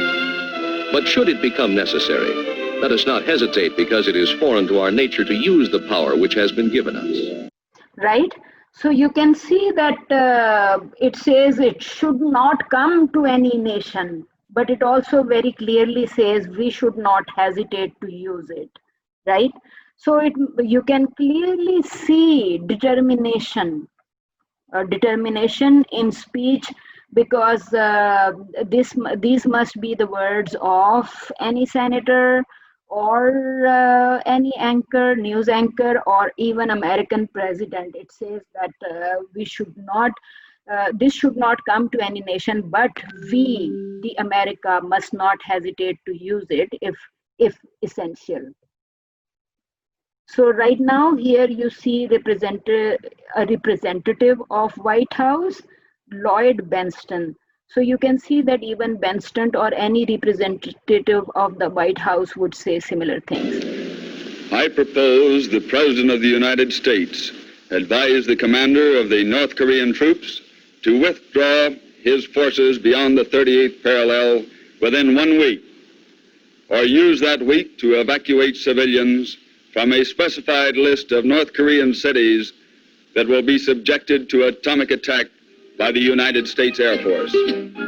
Okay, so you can clearly see that representative is giving a warning and saying that North Korea should withdraw within 1 week, and he is representing the White House, so the message is very clear. Radioactivity will burn into the ground. If there's any commies left, they'll be all on the run. If General MacArthur drops a atomic bomb. So this right here, the Kevin Rafferty actually juxtapose piece of music with a very serious, with a very serious communication by this representative of the White House. So you can understand that how the filmmaker is actually editing. He edited a piece of music against this representative's speech. I ask you, the American citizen, to let your congressman know how you feel about this proposal. Right? So here it just says that White House is seeking approval of American public for attacking North Vietnam, because this guy only said that if North Vietnam does not withdraw, America is giving it a warning to withdraw within a week, and if he does not withdraw, America will attack North Vietnam, and America will do it with support from American public, right? So because it's a democracy, so White House does want that American public should support American decision to attack North Vietnam here. Well, I really don't know what to do. But you do feel the Korean situation affects us more than anything else. Yes, I feel that that we should get our boys home. They've been over there long enough, and there doesn't seem to be any end to the situation. Right? So you can see that White House clip is juxtaposed to the clip of an ordinary citizen of United States who seems a bit uncertain about the White House decision to attack North Korea. And uncertain means yes, in many ways, because if she can't be decisive, the government is already decisive and they have made decision to attack North Korea here. Okay. So following this, you would see preparations, and I said that it is an interesting film, that it film uses film irony technique, a powerful technique in which the image and the sound contradict each other, right? It's a compilation film by using image from one place and sound from another place. It decontextualizes everything, right? So if you are watching one thing and listening to radio comedians, or if you are watching a scene in which a state representative speaks to public, followed by a scene in which singers are singing, and that actually was layered with animation clips of the atomic blast. Here I said that it is layered with this one. So you can see that here you are listening to a specific song, and you are also seeing animation technology. So animation had developed to this stage by this time. So you can see that this animation is also a kitsch, and music is a kitsch, and it is edited. These kitches are edited with the real footage, with the real news footage or armed force or Air Force training clips. So together they have created a new kind of meaning, and the new meaning actually recontextualizes everything, or it decontextualizes the original context of any news clip or Harry Truman's interview or Almaguerdo Trinity test. So these images are actually put together to decontextualize the original meaning, and to create a new meaning by recontextualizing the images that come one after the other. Or that's why I'm saying that it is ironic. It uses film irony, a technique to draw attention to a very serious matter, but it does so by making it funny, by ridiculing the official comment on atomic blast. Okay, so it just says that this compilation film decontextualizes and recontextualizes through expose quotation, right? So where I said it is using film irony as a technique, expose quotation also means that it is exposing that it is exposing the reality.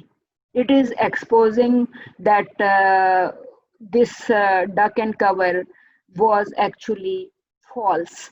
It was giving false information to the public. People could not be safe by hiding behind newspapers, or they could not protect their bodies from atomic blast or atomic rays or flash by hiding under thin cloth. But government shared such information. So this animation and this piece of music with this interview of the senator or the interview of the representative of the state actually creates meanings, new meanings. And these all of these new meanings are actually showing some responses that are official and some responses that are unofficial. For example, music is an unofficial response, animation is an unofficial response, naming an ice cream atom or naming a cafe atom is actually pointing to things which are quite new, right? So that's why I'm saying. And then if you look at the images of women and children, you could see that all these things actually contextualize and decontextualize the meaning. So the expose quotation is the technique. Film irony is the technique, or expose in the sense that it is exposing the reality. Okay, so it's exposing reality for the purpose of reinterpretation. It mixes techniques. For example, it is showing the newsreel of Hiroshima survivals with the comments of radio comedians. And comedians just say it looked like the Abbott's Field. I said before that Abbott's Field is the stadium, and they are saying that Hiroshima looks like Abbott Field after a match by the Giants. Okay, a double header with the Giants, after a double header with the Giants. So Giants apparently being the best team, or symbolically meaning that America is best, America is giant, and the enemy is small, and would defeat like Giants would defeat anyone in this stadium, Abbott's Field. These images try to show that America's cause is noble and enemy's cause is nothing. Enemy has no cause. America has noble causes, and God has given the bomb to America for its noble causes. In one of the scene, a doctor diagnoses a patient with nuclearosis, which is nuclear war paranoia. And then he looks at the A charts, some papers in his hand, A charts, which you can say atomic charts, because he's checking nuclear paranoia or nuclearosis of the patients, and the doctor says it is absurd that 85% of the population is paranoid, because only 15% would be killed in nuclear war. Right? So in other words, meaning that if 15% people die in the nuclear war, 85% people would have more to themselves. So why don't they think about, like they would have more? Why don't they think that they would survive while only 15% would die? Right? So that's why I'm saying that that film creates hilarious new meanings or reinterprets information, that you should not worry because you may be one of 85% who would survive, right? And in the communist paranoia or the enemy's paranoia is dismissed. So if the enemy is scared, it's not important. Important is that the bomb should not come to America, and the public should dream should have faith in American dream. And America promises to its people that it would provide them big houses, a lot of money and time for vacation. And that is the American dream, big cars, big homes, and vacation every year. So if American dream is fulfilled, all they have to do duck and cover and look for fallout shelter and forget about the enemy whose purposes are not important. And it says that in case of America, of a blast, in case of atomic blast, if you live for if you survive alpha particles or atomic particles for 10 days, you would live, right? So you can see that there was a lot of trust in A bombs and H bombs, and as compared to red fever. Red fever is the fever of USSR. You may have come across, and if you have not heard of it, the people who were under the influence of Axis powers or USSR, they were considered surkha, right? You may still have heard that people say KG. People like saying if they are surkhas or they believe in the second world powers. Some people liked calling them dahriya. Dahriya actually means that they believe in not in heavens but in world, because dahriya means the world, right? So which means that all these power tensions were there all the time. Okay, so those celebration scenes were actually showing South California businessmen and businessmen who believe that these shopping centers are an expression of the free world. So if we can free the world from the enemy, everything would have glory. Okay, so when I said that people have radios in their homes or have television sets in their homes or they have cell phones in their hands, and these little gadgets provide direct access to immediate information. I said that many people say that these serve as periscopes.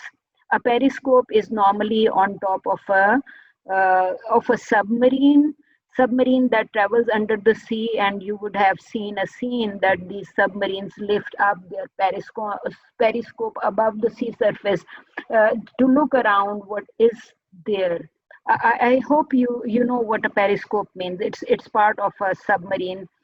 Submarine hides under the sea, and the periscope is lifted up on the surface to see around or to look around. Okay. So you could see that that periscope scene actually juxtaposes an American family watching television. It means that people can also be watched. So this new meaning is created by exposing these two shots against each other, which means that the meaning is recontextualized or decontextualized by putting the images together. So if one image shows the periscope and the next image shows people sitting in their room, the new meaning is that periscope is looking inside their homes. Okay, so you can see that American Cafe is an attempt to bring up suppressed ideas or to create new meanings. All right. In a hilarious sequence, a father tells his kids that in case of mass deaths following a nuclear detonation, survivors would have more to eat and divide among themselves. And this scene is actually in this film because the kids are scared, and the father is telling his children that if in case of a nuclear attack, the survivors would have more food to themselves. So if interested, I think you will have to watch the whole film to understand how it is contextualizing and decontextualizing the meaning of images that are put together. Okay. The film also refers to several Eastern and Western blocs. So we did see that Congressman was talking about North Korea, and he was talking about there was a part of the globe that showed 6 different target points, for bomb damage studies, and it said that we hope such atrocity does not come to any nation, but we should do it if it is essential. So the film keep on showing or dividing the world into Eastern and Western blocs. And these Eastern and Western blocs are actually dividing the world between the most powerful, who are continuously referring to each other. The film mentioned names of Eisenhower, Harry Truman, Nixon, Reagan, Wilson, and several other US presidents or military figures. So that's why I'm saying that it shows really serious stuff, and it juxtaposes the serious stuff to kitsch, to images from the advertisements, to images from music and from radio, comedy, or from many other television or film kind of art that was produced in last 40 years. So it shows a history of paranoia against the kitschs that were produced in relation to that paranoia. So by doing this, it creates new meaning. It uses film irony as a technique, and it exposes the truth of official information that was shared with people. So you can say that it's a comment on officially normalizing attitude. That government had used the film is very powerful, but it is very disturbing. And all these images together create interesting new intellectual montages, because in those montages you see anti-communist, pro-nuclear paranoia. It refers to a certain kind of subjectivity over objectivity, where American government or Western blocs are the subjects and the enemy are the objects, and the objects should follow the desires of the subject, because it keeps on saying, for example, the official representative said, if North Vietnam does not withdraw within a week, we should be ready for an atomic attack, right? So you can say that it mixes satire with black humor, and this black humor is apocalyptic. It's big. What official news clip but the turtle advertisement showed is absurd, because it is absurd, but it is historically true that America actually produced this advertisement for its public, right? So historical truth is in the information that is forwarded to the public or shared for the public or created for the public, along with the news clips or various state representative or state president himself talking to public. So there is truth, and there is truth against fallacy, right? So you can see that America uses, or George W. Bush was also using first strike policy in pursuit of political ideals. So when we look at images of American president or representative of the state, we are coming across information such as first strike policy, because the representative is clearly saying, we will strike you if you do not listen to us. So they are threatening of a attack and these threats continue in various forms even today, despite United Nations being there. So you can see that America does communicate the image of militarily invincible muscle, and it can create images of this kind for its public. That is what they should do in case of nuclear paranoia or any other paranoia.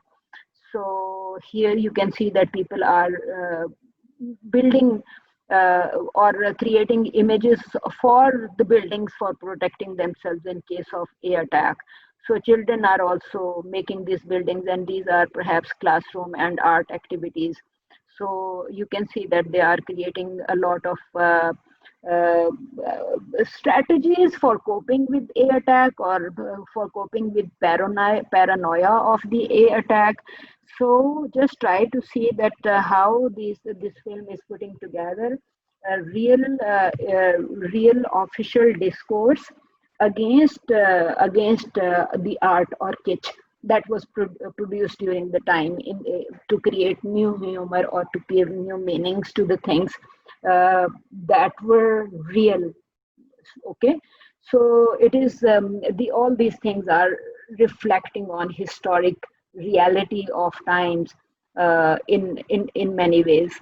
So the objective is to create new meaning, to decontextualize, to recontextualize, and reinterpret everything by creating this comedy out of serious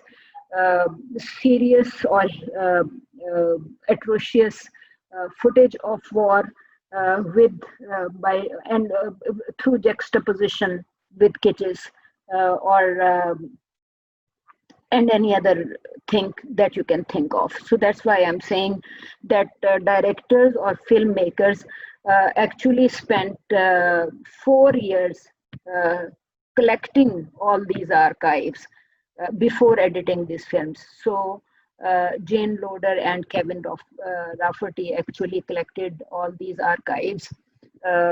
After collecting the archives, they wrote post-shoot script, right? Pre-shoot is something that you write before making a film. But post-shoot, because I think they had some idea what they were going to do, so they collected all these newsreel or archives or footages, and then they wrote a post-shoot script to edit the film in this form. So I said it's a compilation film, uses film irony and expose quotation technique, and the objective is to expose the reality by juxtaposing true information against false information or comic information or kitsch, so totally these things together recontextualize everything and interpret, create new interpretations. Okay. All right. Any question on recontextualization, decontextualization, expose quotation, or film irony? Any question what we discussed in regards to this film, Atomic Cafe, 1982? No question? जी बीनिश, जहांगीर समझ में आ रहा था what I was discussing? Yes, miss. Yes, ma'am. ये आया कुछ थोड़ा बहुत समझ आ रही थी. अच्छा, so आप में से TFT में से कौन है, कोई है?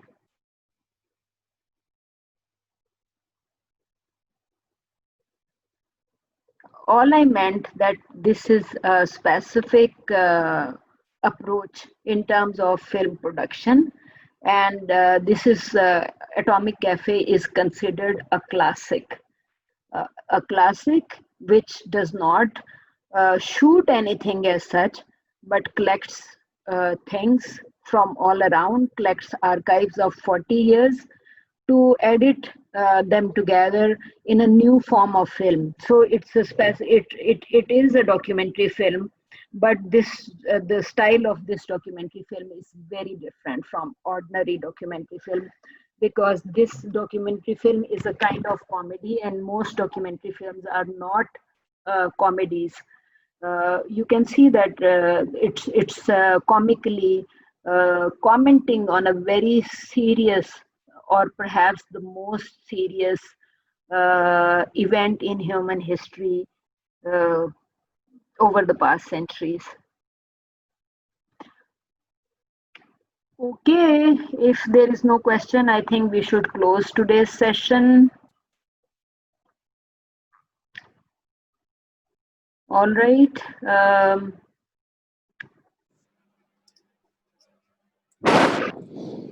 All right. I would suggest that do pick up some scenes from the film, one or two scenes from the film for discussion.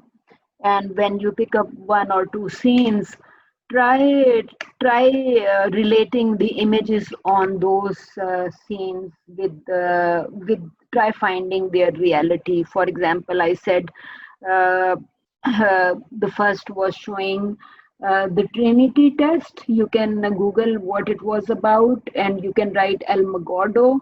You would instantly learn about the desert, and it says journey to death, right? So the desert actually, the desert where the Trinity test was conducted actually was known by such words like journey to death. And then you can also see that what kind of, I said this was a post-World War II celebration that was edited into the film. And this atomic blast was right after that celebration. So you can actually see that one image is showing celebration after World War II. That is also connected to baby boom. Baby boom is not mentioned in this little article that I just discussed with you, but baby boom is connected with post-World War scenario, and atomic cafe is or atomic blast is after the post-World War scenario. And I said that it is very closely connected to Japan's decision to withdraw from all kind of war in so many decades after 1945. Right, so you would see Japan involved more in technological or educational advancements or in development, and less interested in war, while we keep on seeing First World and also in many cases Second World running after wars in many places in the world.